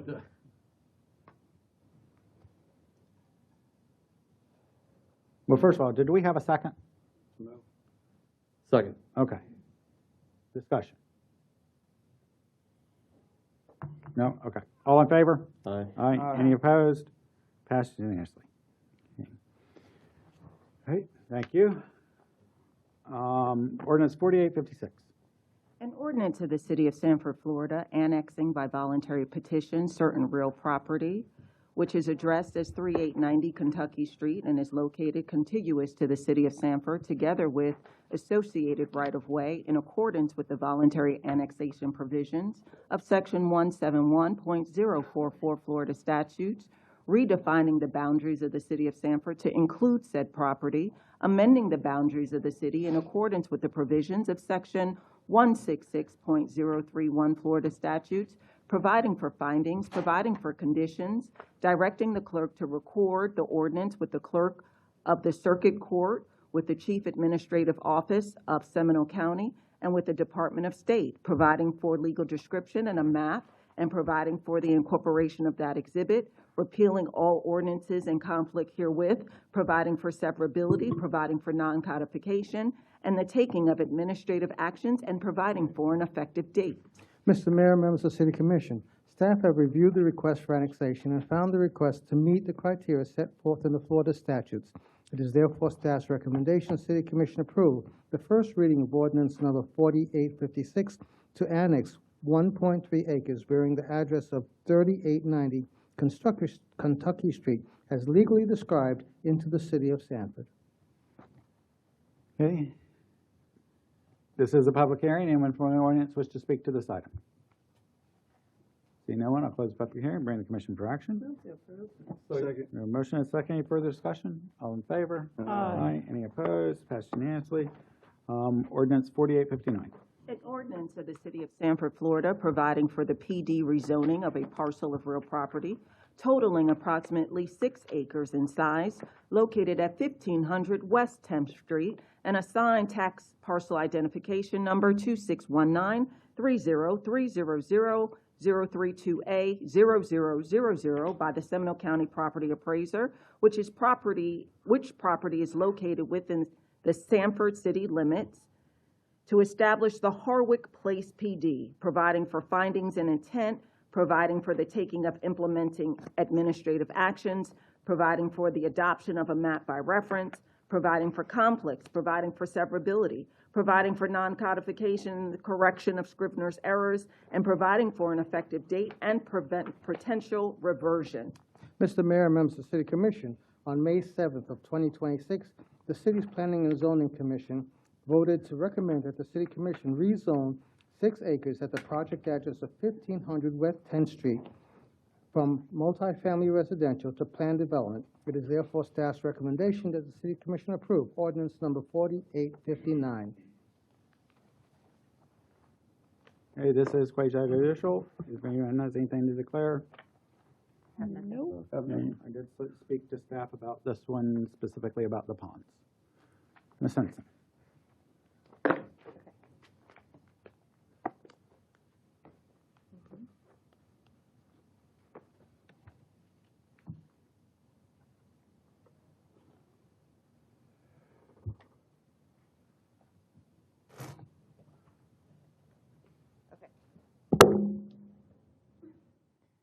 For my last presentation of the night. Okay, so first reading of ordinance 4859. It's the Harwick Place Plan Development Rezone.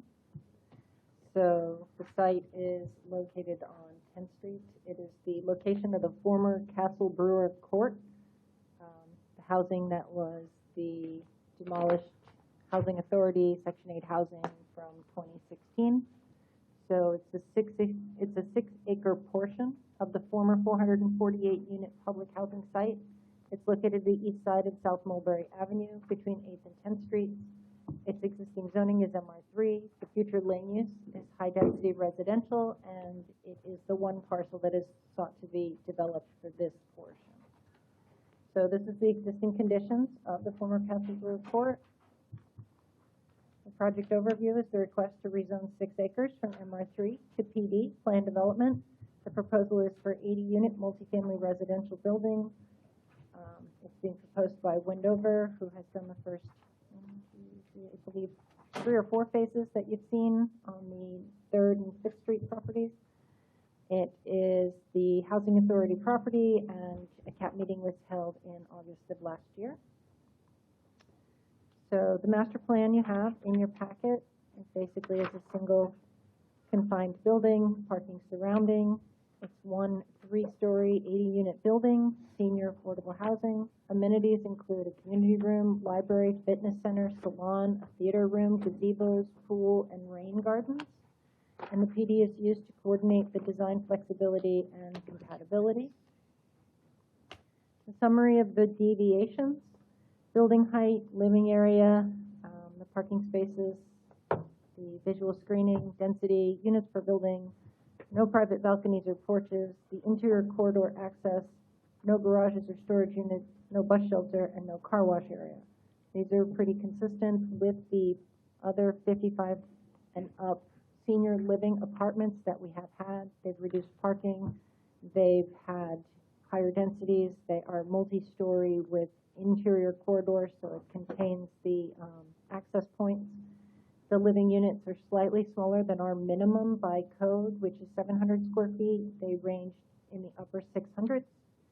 They will have a 6-foot aluminum picket fence, which is more in line with SEPTED versus the type 1 masonry wall that's otherwise required surrounding this type of use. So the staff assessment of the deviations: the height increase is limited to the decorative roof line. The living area is consistent with compatible senior projects. The parking is aligned also with compatible senior projects. The SEPTED, which is the crime prevention through environmental design, is consistent for the fencing, and it's similar to the fencing we've had on the other properties that are the Housing Authority properties being redeveloped. The density is appropriate with the high-density residential future land use designation that it has. The interior access improves management and security. The amenity package compensates for the lack of private balconies and open space. And then the car wash omission avoids water quality burdens, as well as it is a regularly omitted element from our PDs just due to other complications with on-site car washes. So I have provided some of the elevations as part of the PowerPoint, but they are also in your packet. The comprehensive plan consistency, the future land use objective 1.1 with the HDR density, the residential land policies is compatible with surrounding neighborhoods. The concurrency requirements will be verified at the actual engineering stage. The housing element, it meets the affordable quality housing, and the community appearance policies, it's coordinated site planning and design. So some of the compatibility considerations: we did the building clustered toward the interior of the site, perimeter fencing and landscape buffers, required yards maintained or addressed through the PD. The architectural treatments will avoid flat facades. The lighting setbacks have to be greater than 75% of the buffer width. We have a static in our lighting code, and it doesn't work for most PDs because of the way it has to be set back. It ends up in the middle of the parking lot, so we've been modifying that to identify when the setbacks are less. It has to be greater than 75% of the buffer width in this situation. And the stormwater pond shall be naturalized with a fountain feature. At May 7th, the Planning and Zoning Commission recommended approval in line with staff. And then staff's recommendation was to approve consistency with the comp plan, based on consistency with the comp plan, appropriate use of the PD flexibility, compatibility measures included in their site design, and alignment with the affordable housing goals of the city. If you need them, they are up there, but they're really small. So they're in your packet if you have any questions about the conditions, and then do you have any questions?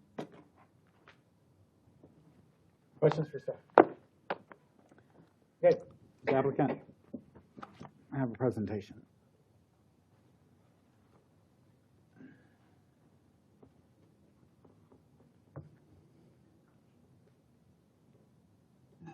Good evening, Mike Safuto, AvCon 436 West New York Avenue, DeLand, engineering record. I do want to point out, I know it's a big item with the stormwater pond, and as you may know, the new stormwater rules have changed, so as part of the implementation to meet the criteria, we do have what's called a littoral zone, and it has about 80% additional grasses and shrubs within the pond to make it more natural looking. And you have an old site plan that we already modified, lessons learned from the previous project. We put more curvilinear pond shape in there, along with the littoral zone and the plantings around the pond. So it'll be a lot more landscaping, a lot more grass, a lot more shrubs, and more natural looking. So I wanted to point that out. More natural It is not looking as square, in shape rectangular. also? I apologize? Also in shape? Correct. It is not Okay. shaped like that any longer because Okay. I redesigned it after our previous project and Thank you. conversations. So I'm happy to answer any other questions we have about the project. I do have a couple of questions. So Sure. this is just a piece out of the entire parcel. That's correct. Right. It's the 6 acres that you see right there of the 17 to Okay. 20 And then acres there's- remaining. And then included in the property, there's a smaller parcel across the street also. Correct. Okay. Is there a plan for the property surrounding it? Not currently. Okay. So we did provide 110 feet on the north and south side of this project. That's why it's really compact to provide for single family, for residential lots on the north and south. Okay, that's what I was wondering, Yes. if we can wrap this thing with single family. Potentially. Yeah, But I mean, it's not that's part of this project. That's an is what option. my point. And, okay, I wasn't clear on what the vision was, and I know one of the things they wanted in that neighborhood was single-family homes. So that leaves that option there. Okay. And that, not to harp on the pond, but that would be another reason for that pond to have some, to look a little nicer, because it may end up with other residences on the other side of it. Okay. All right. Yeah, and that was apparently a question that came up during the CAP. But it looks like with all the questions that were asked, there were satisfactory answers.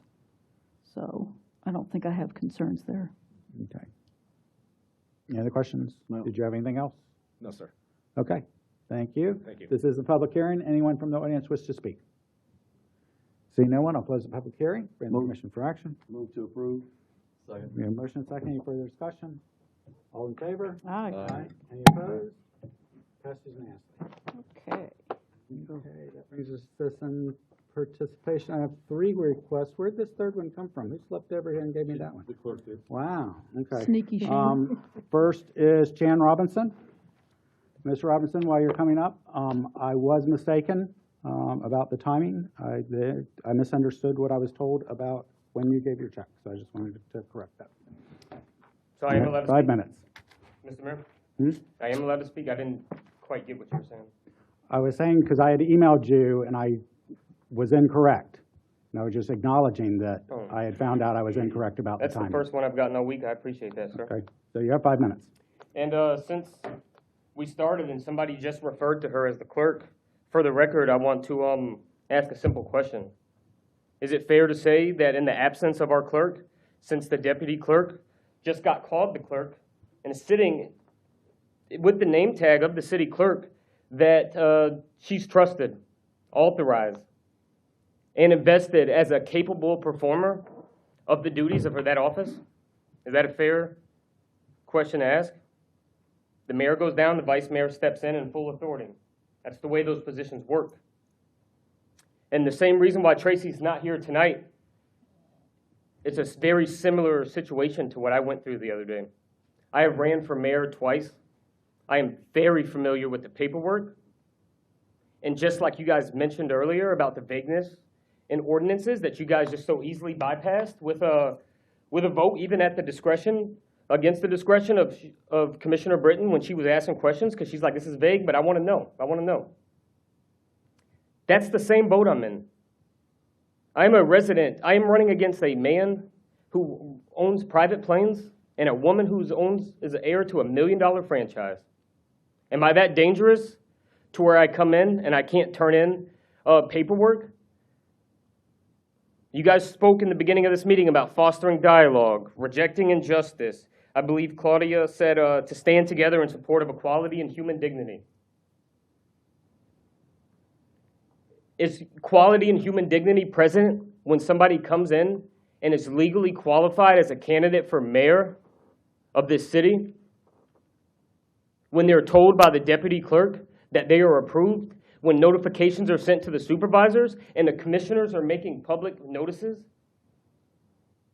And then to have that all expunged over the course of a week, and all 7 of you are sitting on an emails threads, and you're seeing the evidence, and you keep asking for more and more evidence.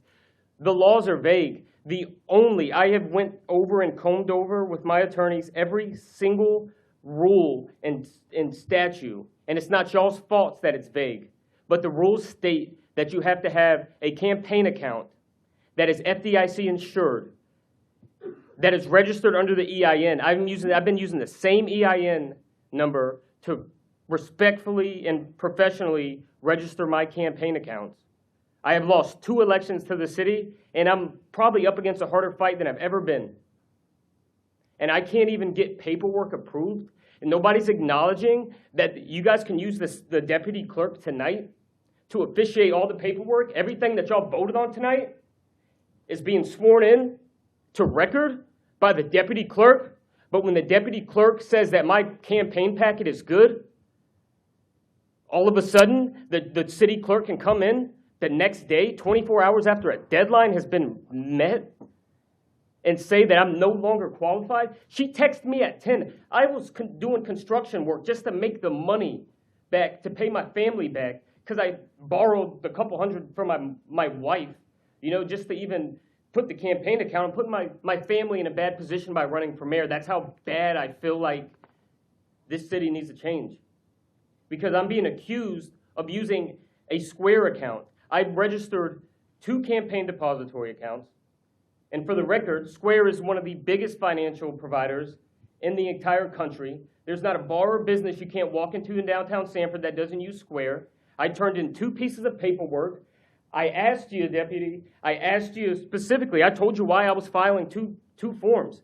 If Tracy was there not working remote like she is tonight to do her job and say, hey, I don't like the Square check, then I would have gave her the Fair Ones one.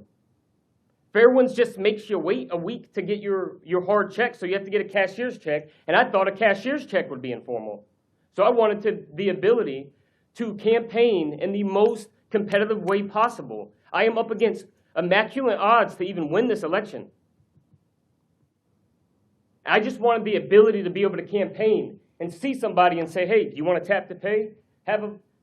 Use modern capabilities. And that's what's setting this city back so far right now. It's because people are refusing to use modern technologies and think outside of the box. We're so worried about breakdown of tax dollars and what people are going to take from us that nobody's getting aggressive. Nobody's getting aggressive and saying, how can we make more money as a city? Our website is trash. When it comes to innovation, we have 3 apps dedicated to downtown Sanford alone, and all of them are confusing, and not one is good. Nobody uses any website that we pay for. And the same thing that's being done there is the same thing that's being done to me. I am being accused and told that I can't run to represent my city, even though I turned my paperwork in over an hour before the qualifying dead mark purposely. It's a competitive, campaigns are competitive races. The time that you qualify is within the realm of the person running. Like, I don't want to sit here like a sitting duck and run against these 2 guys for 18 months. I purposely came in prepared, and if Tracy was there to do her job, then she would have said something about it, and it would have been remedied. but nobody's communicated. Nobody's talking to me. I'm getting treated like I'm a Okay, criminal. your I time's can't up. go into City Hall without getting a police escort. And I got proof from people on the staff that you guys hired more security tonight just for me. And that's why I left my lawyers at home, and that's why I came by myself to look you all in the faces and let you know that I'm not tolerating this. And if you guys don't remedy the situation in the next 24 hours, I have paperwork for about 4 or 5 different suits, and if that's the way I gotta go to get my freedom back, then I'll do it. Okay. And I'm Thank you. taking everybody with me. Tracy's not here tonight. Okay. She wasn't there then. Mr. Robinson. That's the problem. Your time's up. Thank you. That's the problem.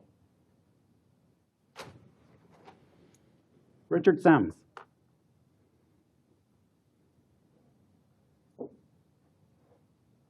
Cowards.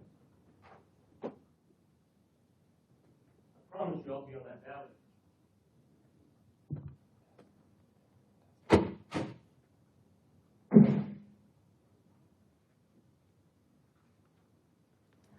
Hello, how you guys doing? Good evening. All right. My name is Richard. My name is Richard Sims, and I'm here on behalf of my son, Alexi Reddick, concerning a property here in Sanford. We're born and raised here in Sanford, and we have an issue at hand that's here is on the clock for June 11th for foreclosure. And I gave documents to each official so that you can see what has happened and have some concerns of some things that was misconcepted about 1407 Historic Goldsboro Boulevard. With that being said, I just want to know how can we go about by having a reconsideration of the judgment that was made with this particular property that is due to be on foreclosure for June 11th. In the midst of that, once we found out, we got it at the late of the hour, but found out about it, we have invested over $30,000 into this property. And with that being said, put a new roof, new windows, interior to get it up to compliance because it was in a code violation. So we rectified those issues and applied for the amnesty program. And when we applied for the amnesty program, we was denied. Being denied from the amnesty program for the misconsumption of operating the business on an event day. And so what we did to address that issue, to ask for reconsideration, sent in valid documentation for as videos, pictures, etc., to show that that was a misconception of operating. And we got denied. So we reconsidered and asked for reconsideration, come back again with another denial saying that it's all listed in the package here. So we want to say that we're looking for a reconsideration for the amount of money that we put into this building to keep it as our own. So we need the help of the officials to help do that. Like I say, documents are there for you to review. A lot of people are falling behind me with this. So I'm looking for some help with it. It's saying that June 11th is the foreclosure date. But if we was allowed to get permits and everything that's done in the proper order to get everything taken care of, I figured that being a citizen of Sanford, the amnesty program is for if you happen to fall in a particular situation that you should be granted it if you have came into compliance of all violations. And we're at that time now where all of the violations has been taken care of. And we have been denied the amnesty program. So we are citizens of Sanford, went to school here from elementary to high school. So we're looking for some help to be able to obtain 1407 Historic Goldsboro Boulevard.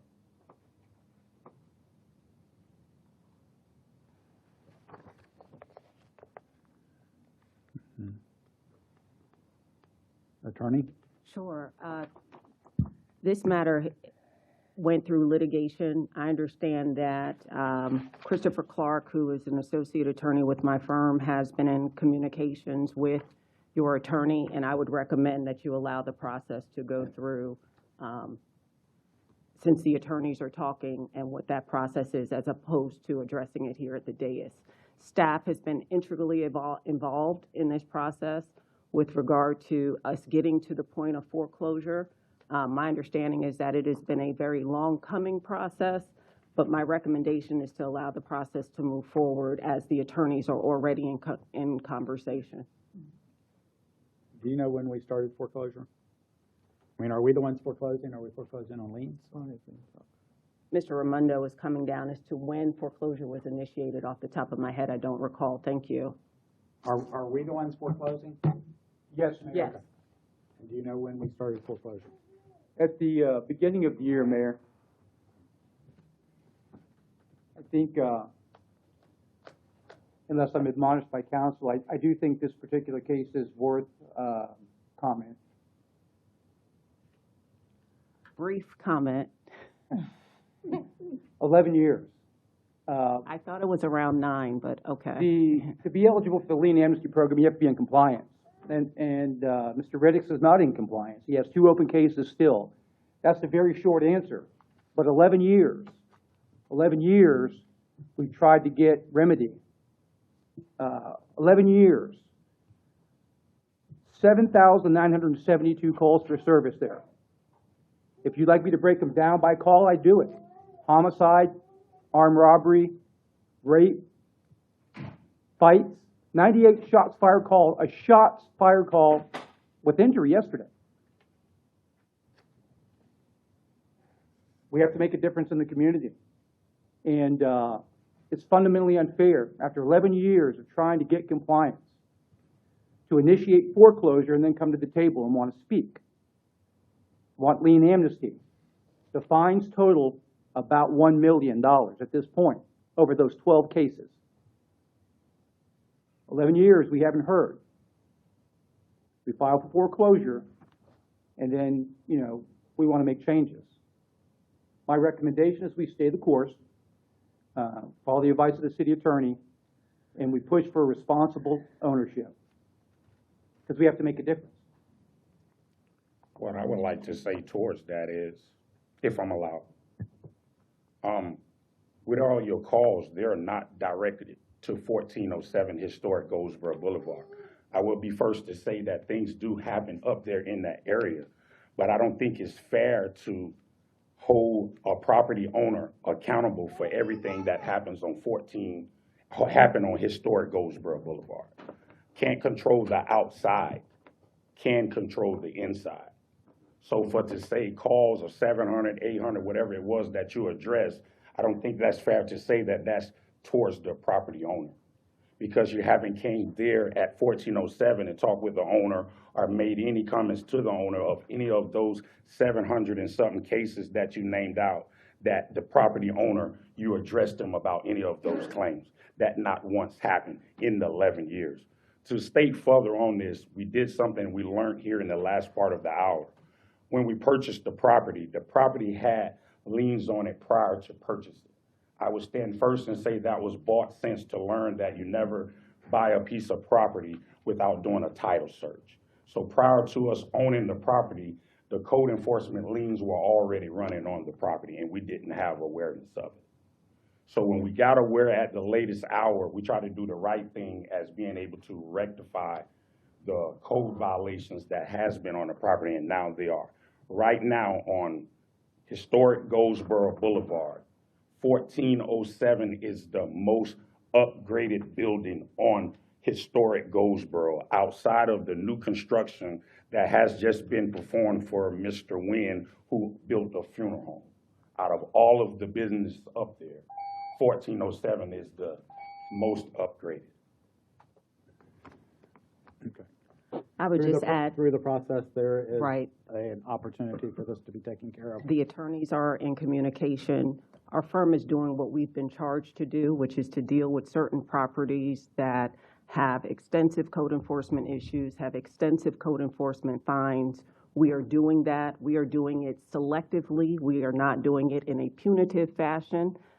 It is now to this process where a foreclosure has been set, and I would advise that rather than we have evidence presented and that's be adjudicated here, it's already been adjudicated by the special magistrate, it's already been adjudicated by the court, that we allow the process to move forward.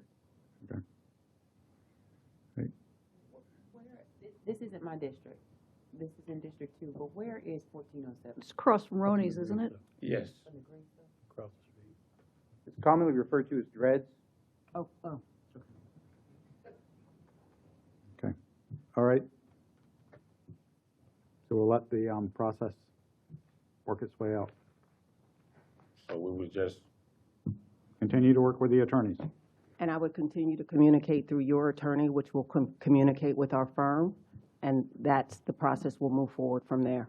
But there is no relief as far as, my understanding is that the foreclosure date has been set. Other than that, I would not have any other comment on it. okay, so in other words, we just lose out on $30,000 of putting into the project just to get the property taken away from us due to the excessive liens or to that nature, and you have the amnesty program to help us in that situation. So since we're at this hour, what you're saying to me is that it's gonna process the fallout on the 11th of this month, so that'll be Thursday. My recommendation is that you follow up with your attorney, and if she or he thinks that there is some viable option for you, that she will advise you of that. Okay, thank you.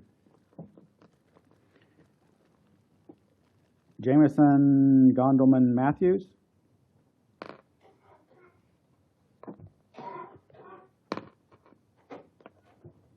Hello, my name is Jameson Gondelman Matthews. I'm here on behalf of my colleague D'Amico Grant for Phantom Fireworks. He wrote a letter prepared for you guys that I'm going to read. Hello, City Commission. As our nation prepares to celebrate the 250th anniversary of America's founding, communities across the country are looking forward to honoring this historic milestone.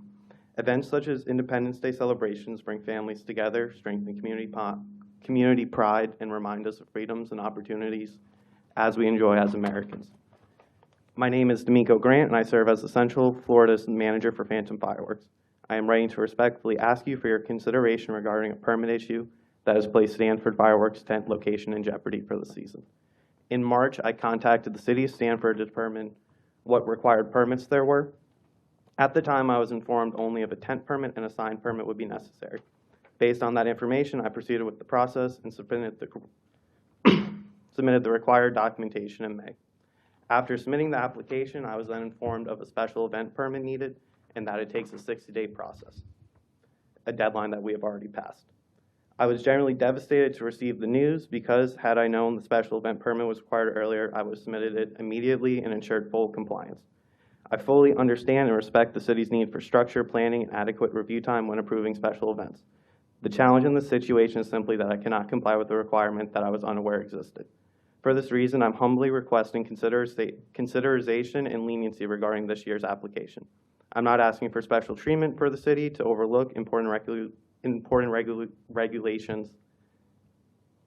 Rather, I'm asking for understanding given the circumstances and the information that was originally provided. I want to personally thank each and every one of you for taking the time to listen to my concerns and showing grace and understanding throughout this process. The event in question is not a large-scale festival or major gathering. It is simply a temporary retail tent selling firework merchandise during our Independence Day season. Our hope is to participate in the celebration of a significant moment in American history while serving the residents of Sanford responsibly and safely. If you grant this opportunity, I can assure you that I will submit all required permits, including both the special event and tent permit, well advanced for future seasons. Thank you for your time and consideration. And then I also have a copy of the special event permit if you guys are at all interested. Okay, so I did speak with, what's his? D'Amico. And I talked to Jerry Sullivan. And I won't speak for Jerry, so I'll ask him to come up.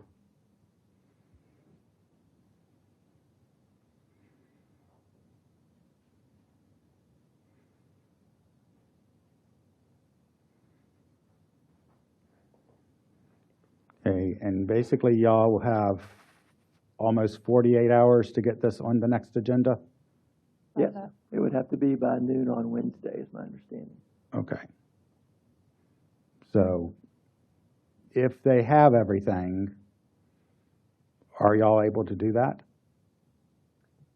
We'll get it to staff. I mean, the biggest thing is we have to look at the site and make sure the site is workable because of not only space for the tent, but parking, that they're using one of the gas stations, I believe. Is the 7-Eleven at Ronald Reagan and Lake Mary Boulevard? It's the 7-Eleven at 7500 County Road. Okay, so I had told them that their only option was to come ask us to let the permit be submitted, and if staff could do it fast enough, then I don't object to it, but I would like to know if he was told that all he needed was a permit and a tent and a sign permit. It wasn't our department that they spoke to, so I don't know. Okay. But you have an agreement with the landowner, the property owner? Yes, we have. They're one of our bigger national partners, but we have a signed lease, property authorization forms. Okay, okay. I'm pretty sure everything that's required in this packet I have with me here today. And if there's anything that comes up we still need, we could get within the day. But I believe it should be 100% completed and accurate. Okay. Oh, I didn't see Ms. Brooks back there. I should have invited her up. She stayed up late just for this.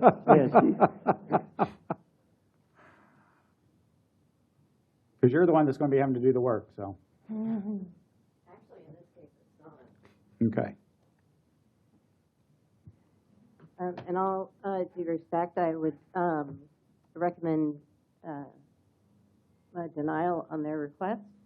We have 5 special event applications that have followed the rules. And when he called, he said he asked in May, and May would have also been too late to submit a special event application.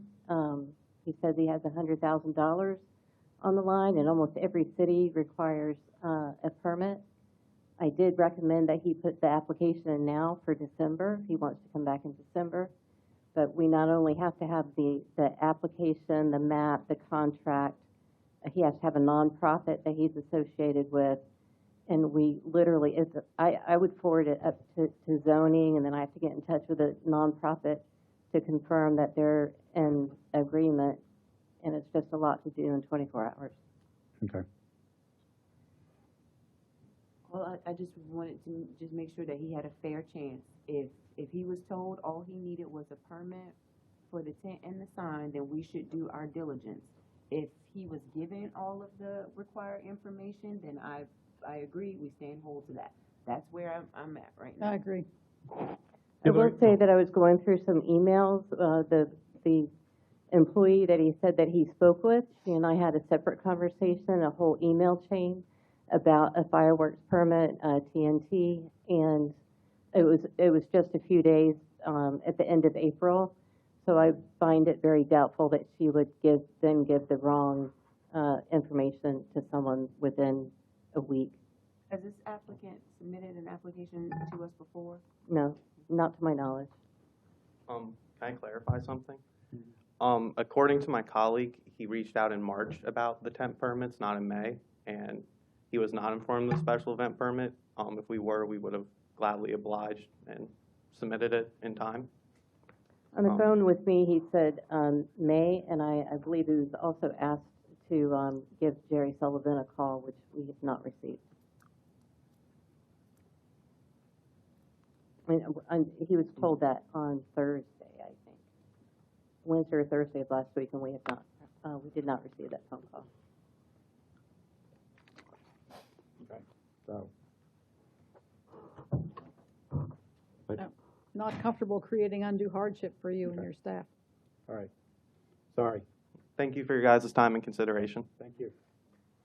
And finally, Dan Matthews.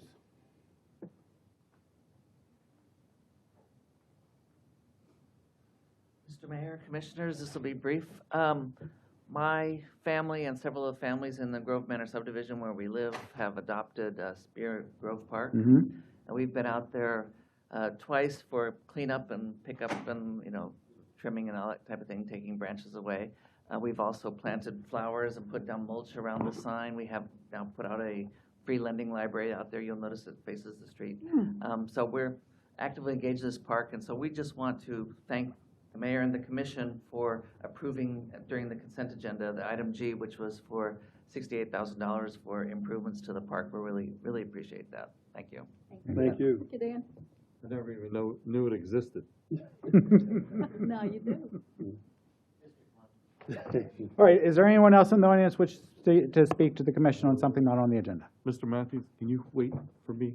Okay, then we will go on to regular item 9A. Yes, Mr. Mayor. Pinnacle Ozone. Yes, Mr. Mayor, members of the City Commission, city staff recommend the City Commission approve the procurement and subsequent purchase order number 42009, increasing as proposed for the annual zone system repair and maintenance to the Pinnacle Zone Solution in the amount of $367,621. Questions or motion? Move to approve. Second. Any further discussion? All in favor? Aye. Aye. Any opposed? Passed unanimously. Item B. Mr. Mayor, Hydro members of the City Service. Commission, city staff recommend City Commission approve the procurement for additional purchase of miscellaneous pumps and parts from Hydro Service in the amount of $323,163 during the fiscal year of 2025-26. Okay, questions or motion? Move to approve. Second. Okay. Mr. Johnson, you don't have to get up. But just to clarify, this connects all our lift stations, so if something goes wrong, we know about it. You don't have to come down here. You just give me a nod, unless I'm wrong. Okay, thank you. That'll be nice to have. All in favor? Aye. Any opposed? Passed unanimously. 9C. Yes, Mr. Mayor, members of the City Commission, it is staff's recommendation that the City Commission approve the agreement for legal services for forfeiture actions. Any questions or motion?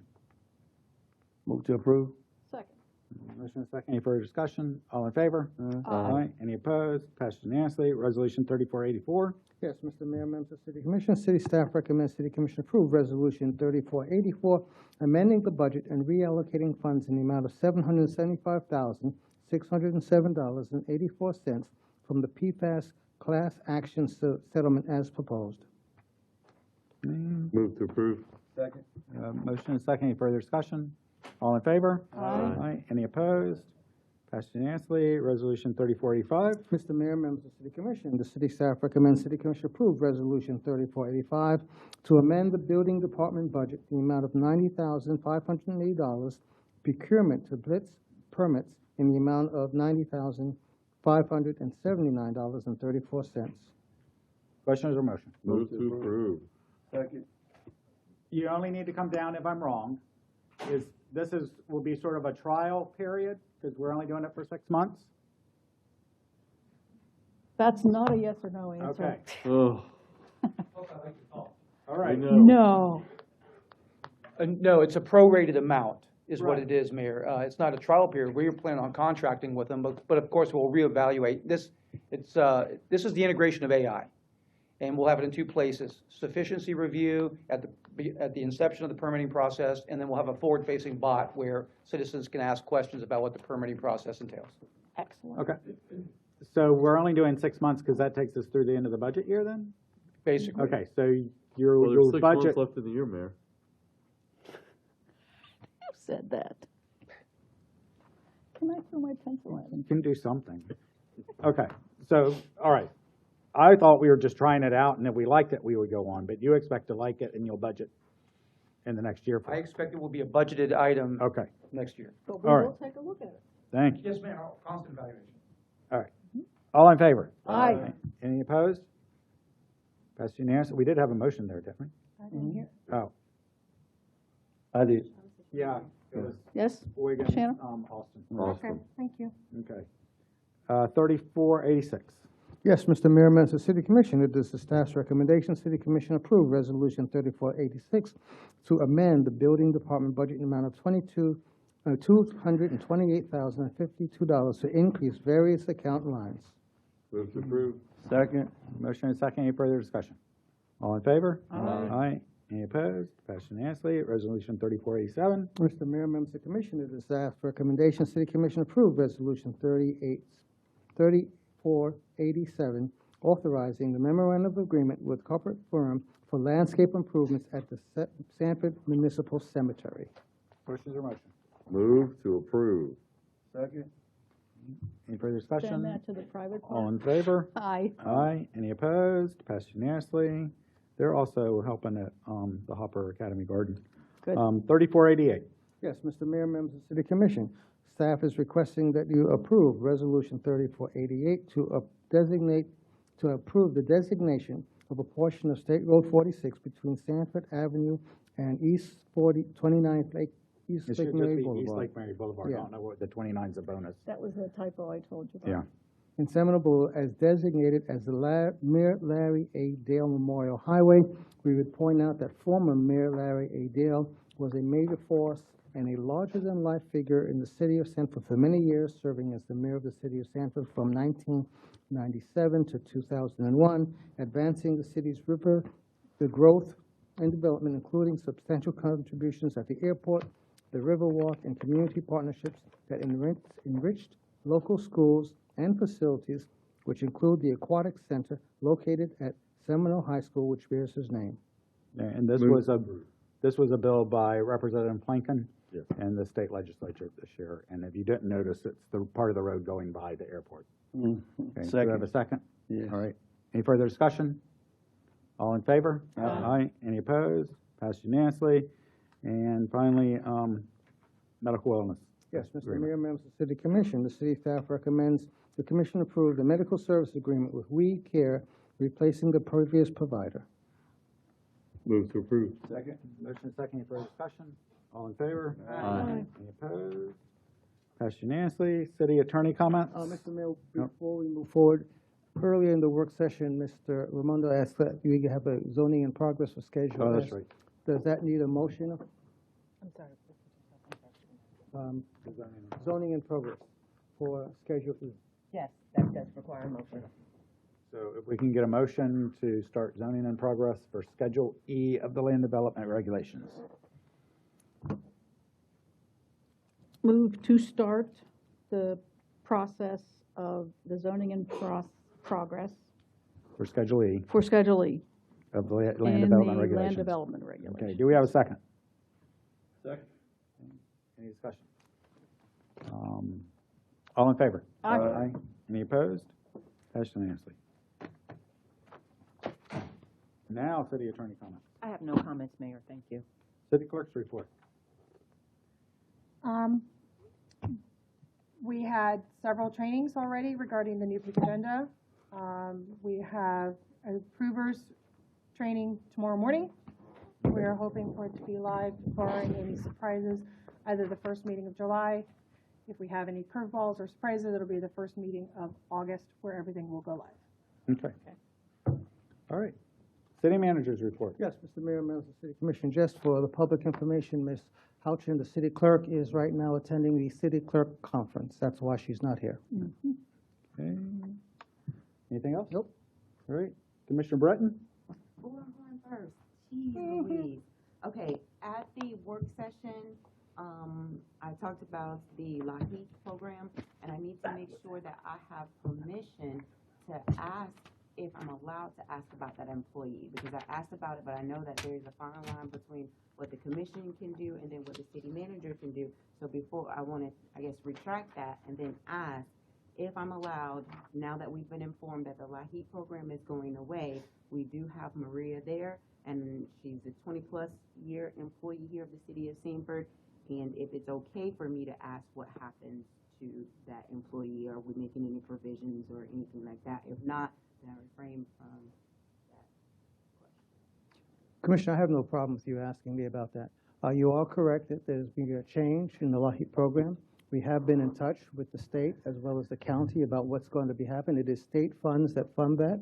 And we are also aware that Maria basically is looking for additional employment to fill out her retirement. At this point, there was nothing within the city. We are, and her supervisor, Ms. Osborne, has been working with her to see where there may be opportunities for her to be able to continue in the Florida retirement system. That is very important. I know that that would be a lot for me when you put that much and you're vested into that FRS system. That's a big deal. So I want us to look at that and don't take that lightly because we lost funding of that. Anything that we can do, and this is not me telling you what to do, I'm just saying, just for us to treat others how we would like to be treated. That's what I'm saying on that. All right, we said that the amphitheater would possibly could be completed by the 4th of July. Is that going to happen? Yes, no. I'm seeing head shaking I now. figured it wasn't. I just wanted to know if that was going to be happening or not. All right, I am proud to be an employee of the city of Sanford for 15 years. Actually, it's 16 years. I came on with Mr. Bonaparte in 2010. I actually helped to turn his water on. So this summer will be 16 years for me, and I want to congratulate myself and Commissioner Wiggins on running unopposed. That either said we're doing a good job or don't nobody else want to do the job. Yeah. Come on Either now, way, come on, now. Give us up here, give us Either way, it makes us happy. Yeah, but I'll save my speech for December. But what I really want to say is that I really plan on leading with some intention this year. I've let my residents know that I'm coming out front, that I'll be working more from behind the scenes and actually being intentional about the things that I want to do. And I have much planned working alongside our businesses, our residents, and our visitors. I think it is imperative that I get this internship. And I want to say this with all due respect. I don't have time to go back and forth with all of the emails. Commissioner Thomas sent a whole dissertation about internship. I would really appreciate if we could get the ball rolling on that. City manager, if you could manage. Once we get all of the details ironed out, then bring it back to me. We spend so much time reading emails. I don't have the capacity, the bandwidth. Everybody knows that District 1 is basically a city of its own, and the art can contest to that.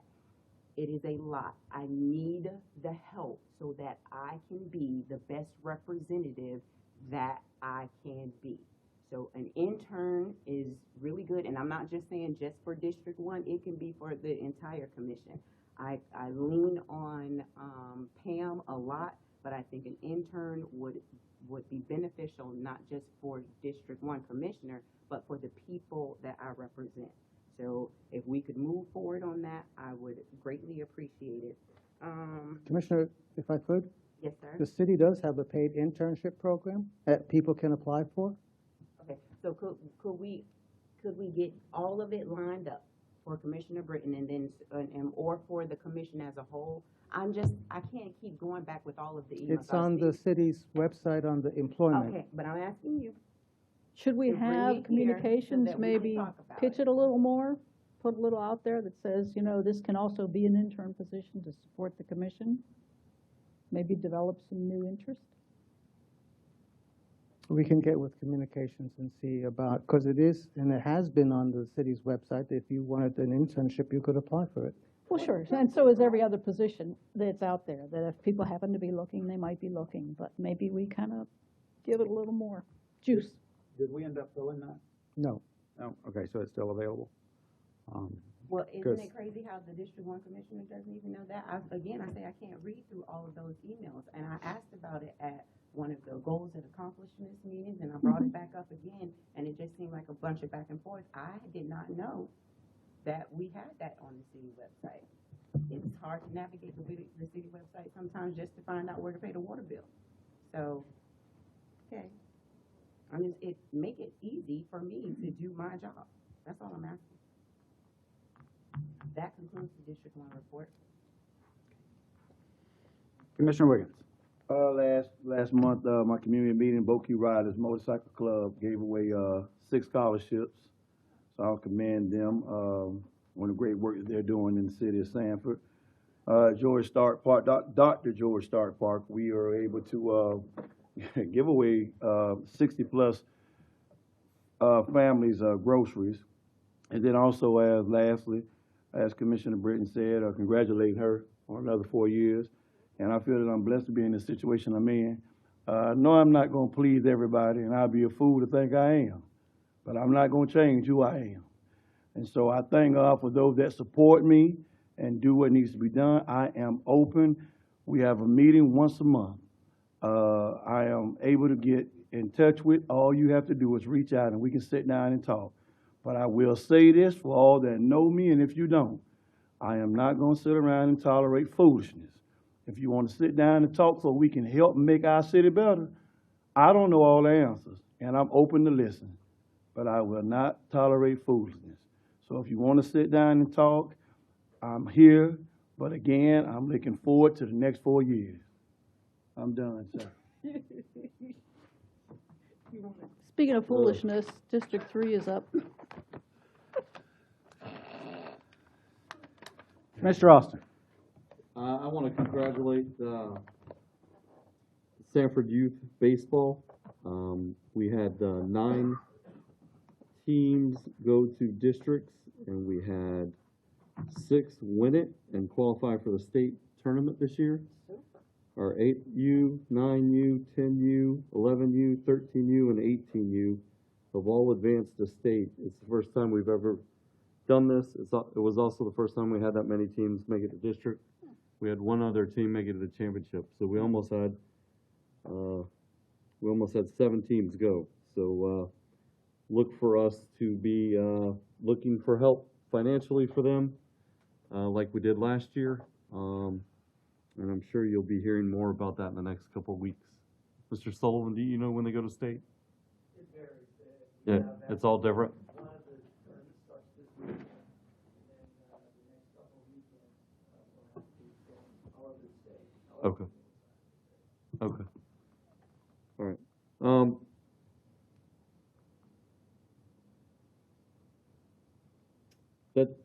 That's all. Commissioner Thomas.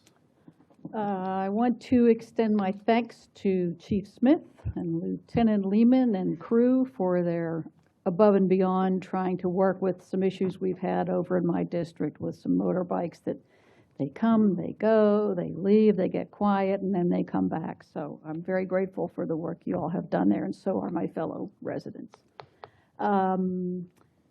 And I made a note here, but I have forgotten. I do plan to share with you all what I got out of the Florida League of Cities leadership training. So I'll send you the PowerPoint and some notes that I took about that. It was pretty useful stuff. Memorial Day event was great.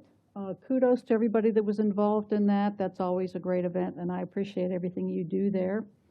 Sanford Soundstage, I got to make back to that one this month because they had a Carlos Santana tribute band, and as I told them, that was the very first album I ever bought. I won't tell you what year it was, but let's keep that up because it was a fun event. And speaking of the arts, I will be missing the next meeting because I'm in my other life performing in a certain play, a musical over at Theater West End. So June 12th to the 28th, if you're out and about, you might see somebody you might recognize on stage. That's all I have. You coming? Cool. Is it a comedy? It will be. There will be some funny moments. In terms of Loughy, have we heard back anything from the county? Since I Not last from the talked to you? county and not from the state. That's what I wanted to talk to Commissioner Herr about. Okay, so, and with regards to the internship, Sharon, because I had asked about volunteer, and you had some concerns about how that works, I think, or about a part-time one. Have you looked any further into how we could do volunteer internship? The preference is to have a paid internship, so there's no questions as to employee status, hours worked, things of that nature, supervision. It is always my recommendation to clearly delineate and not go into the fuzzy area. With the paid internship, we can work with Ms. Holder and city manager about advertising that more. Okay. And when we look at the budget, let's look at that position and see if it could be split into two. Did we have one last year? When was the last time we had it? We have one now. I thought you said we didn't fill it. Well, we already have 2 positions. One is filled with Ronaldo. Okay. We've seen him at commission Right, meetings. okay. The So other there are one two was- internship positions. Yes. There's a full position that can be split into two. So we have two possibility internships, Okay, part-time, all right, and one of them is still open. yes. That's good, because I just emailed the student. We had a student from, that was a former member of the youth council, was interested in coming back and doing some work. So, all right, so. Good. It's possible to have two under the one. And we have one filled Okay. now, but he'll Okay. be finishing in, I think, the end of the summer. Okay. All right. I had some other things. Did we ever put the dollar on the website? Did Lisa here? No. You're not here. Do you know, I looked on the website, I couldn't find the dollar. I couldn't find it either. So I don't know if we put that on the website or not. We need to.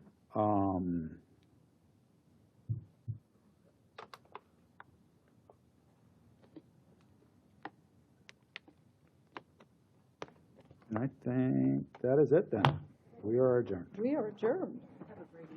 Wow, I thought it would be a long night.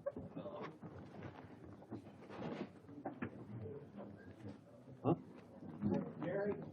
I didn't think you would. Huh?